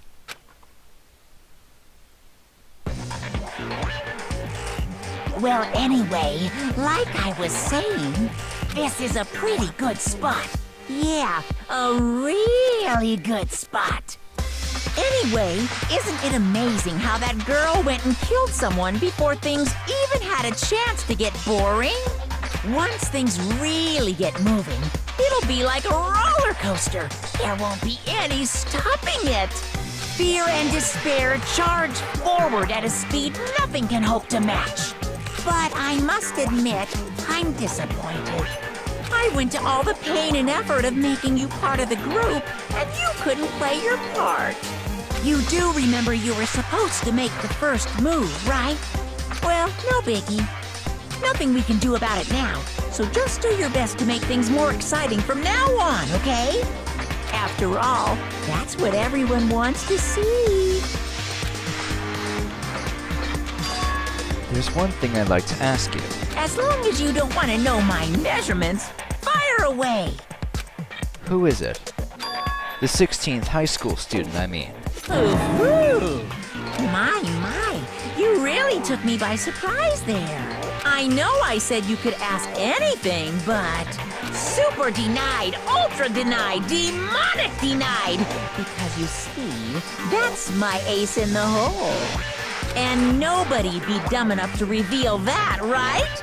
No matter how close they were to their friends.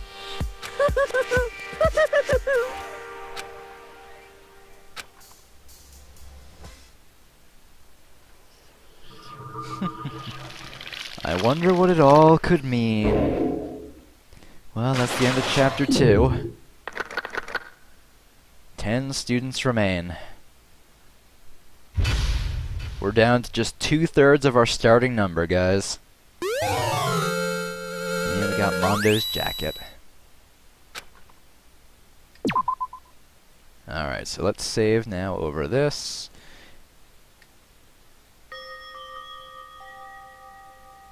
Alright, so I think that it is safe for us to end things off here for tonight. So, next week we shall pick up right at the beginning of Chapter 3, and we'll get into more death and despair. Oh boy. So thank you all for coming out once again. It's been a lot of fun. Hope you guys enjoyed the soul-crushing that was this chapter.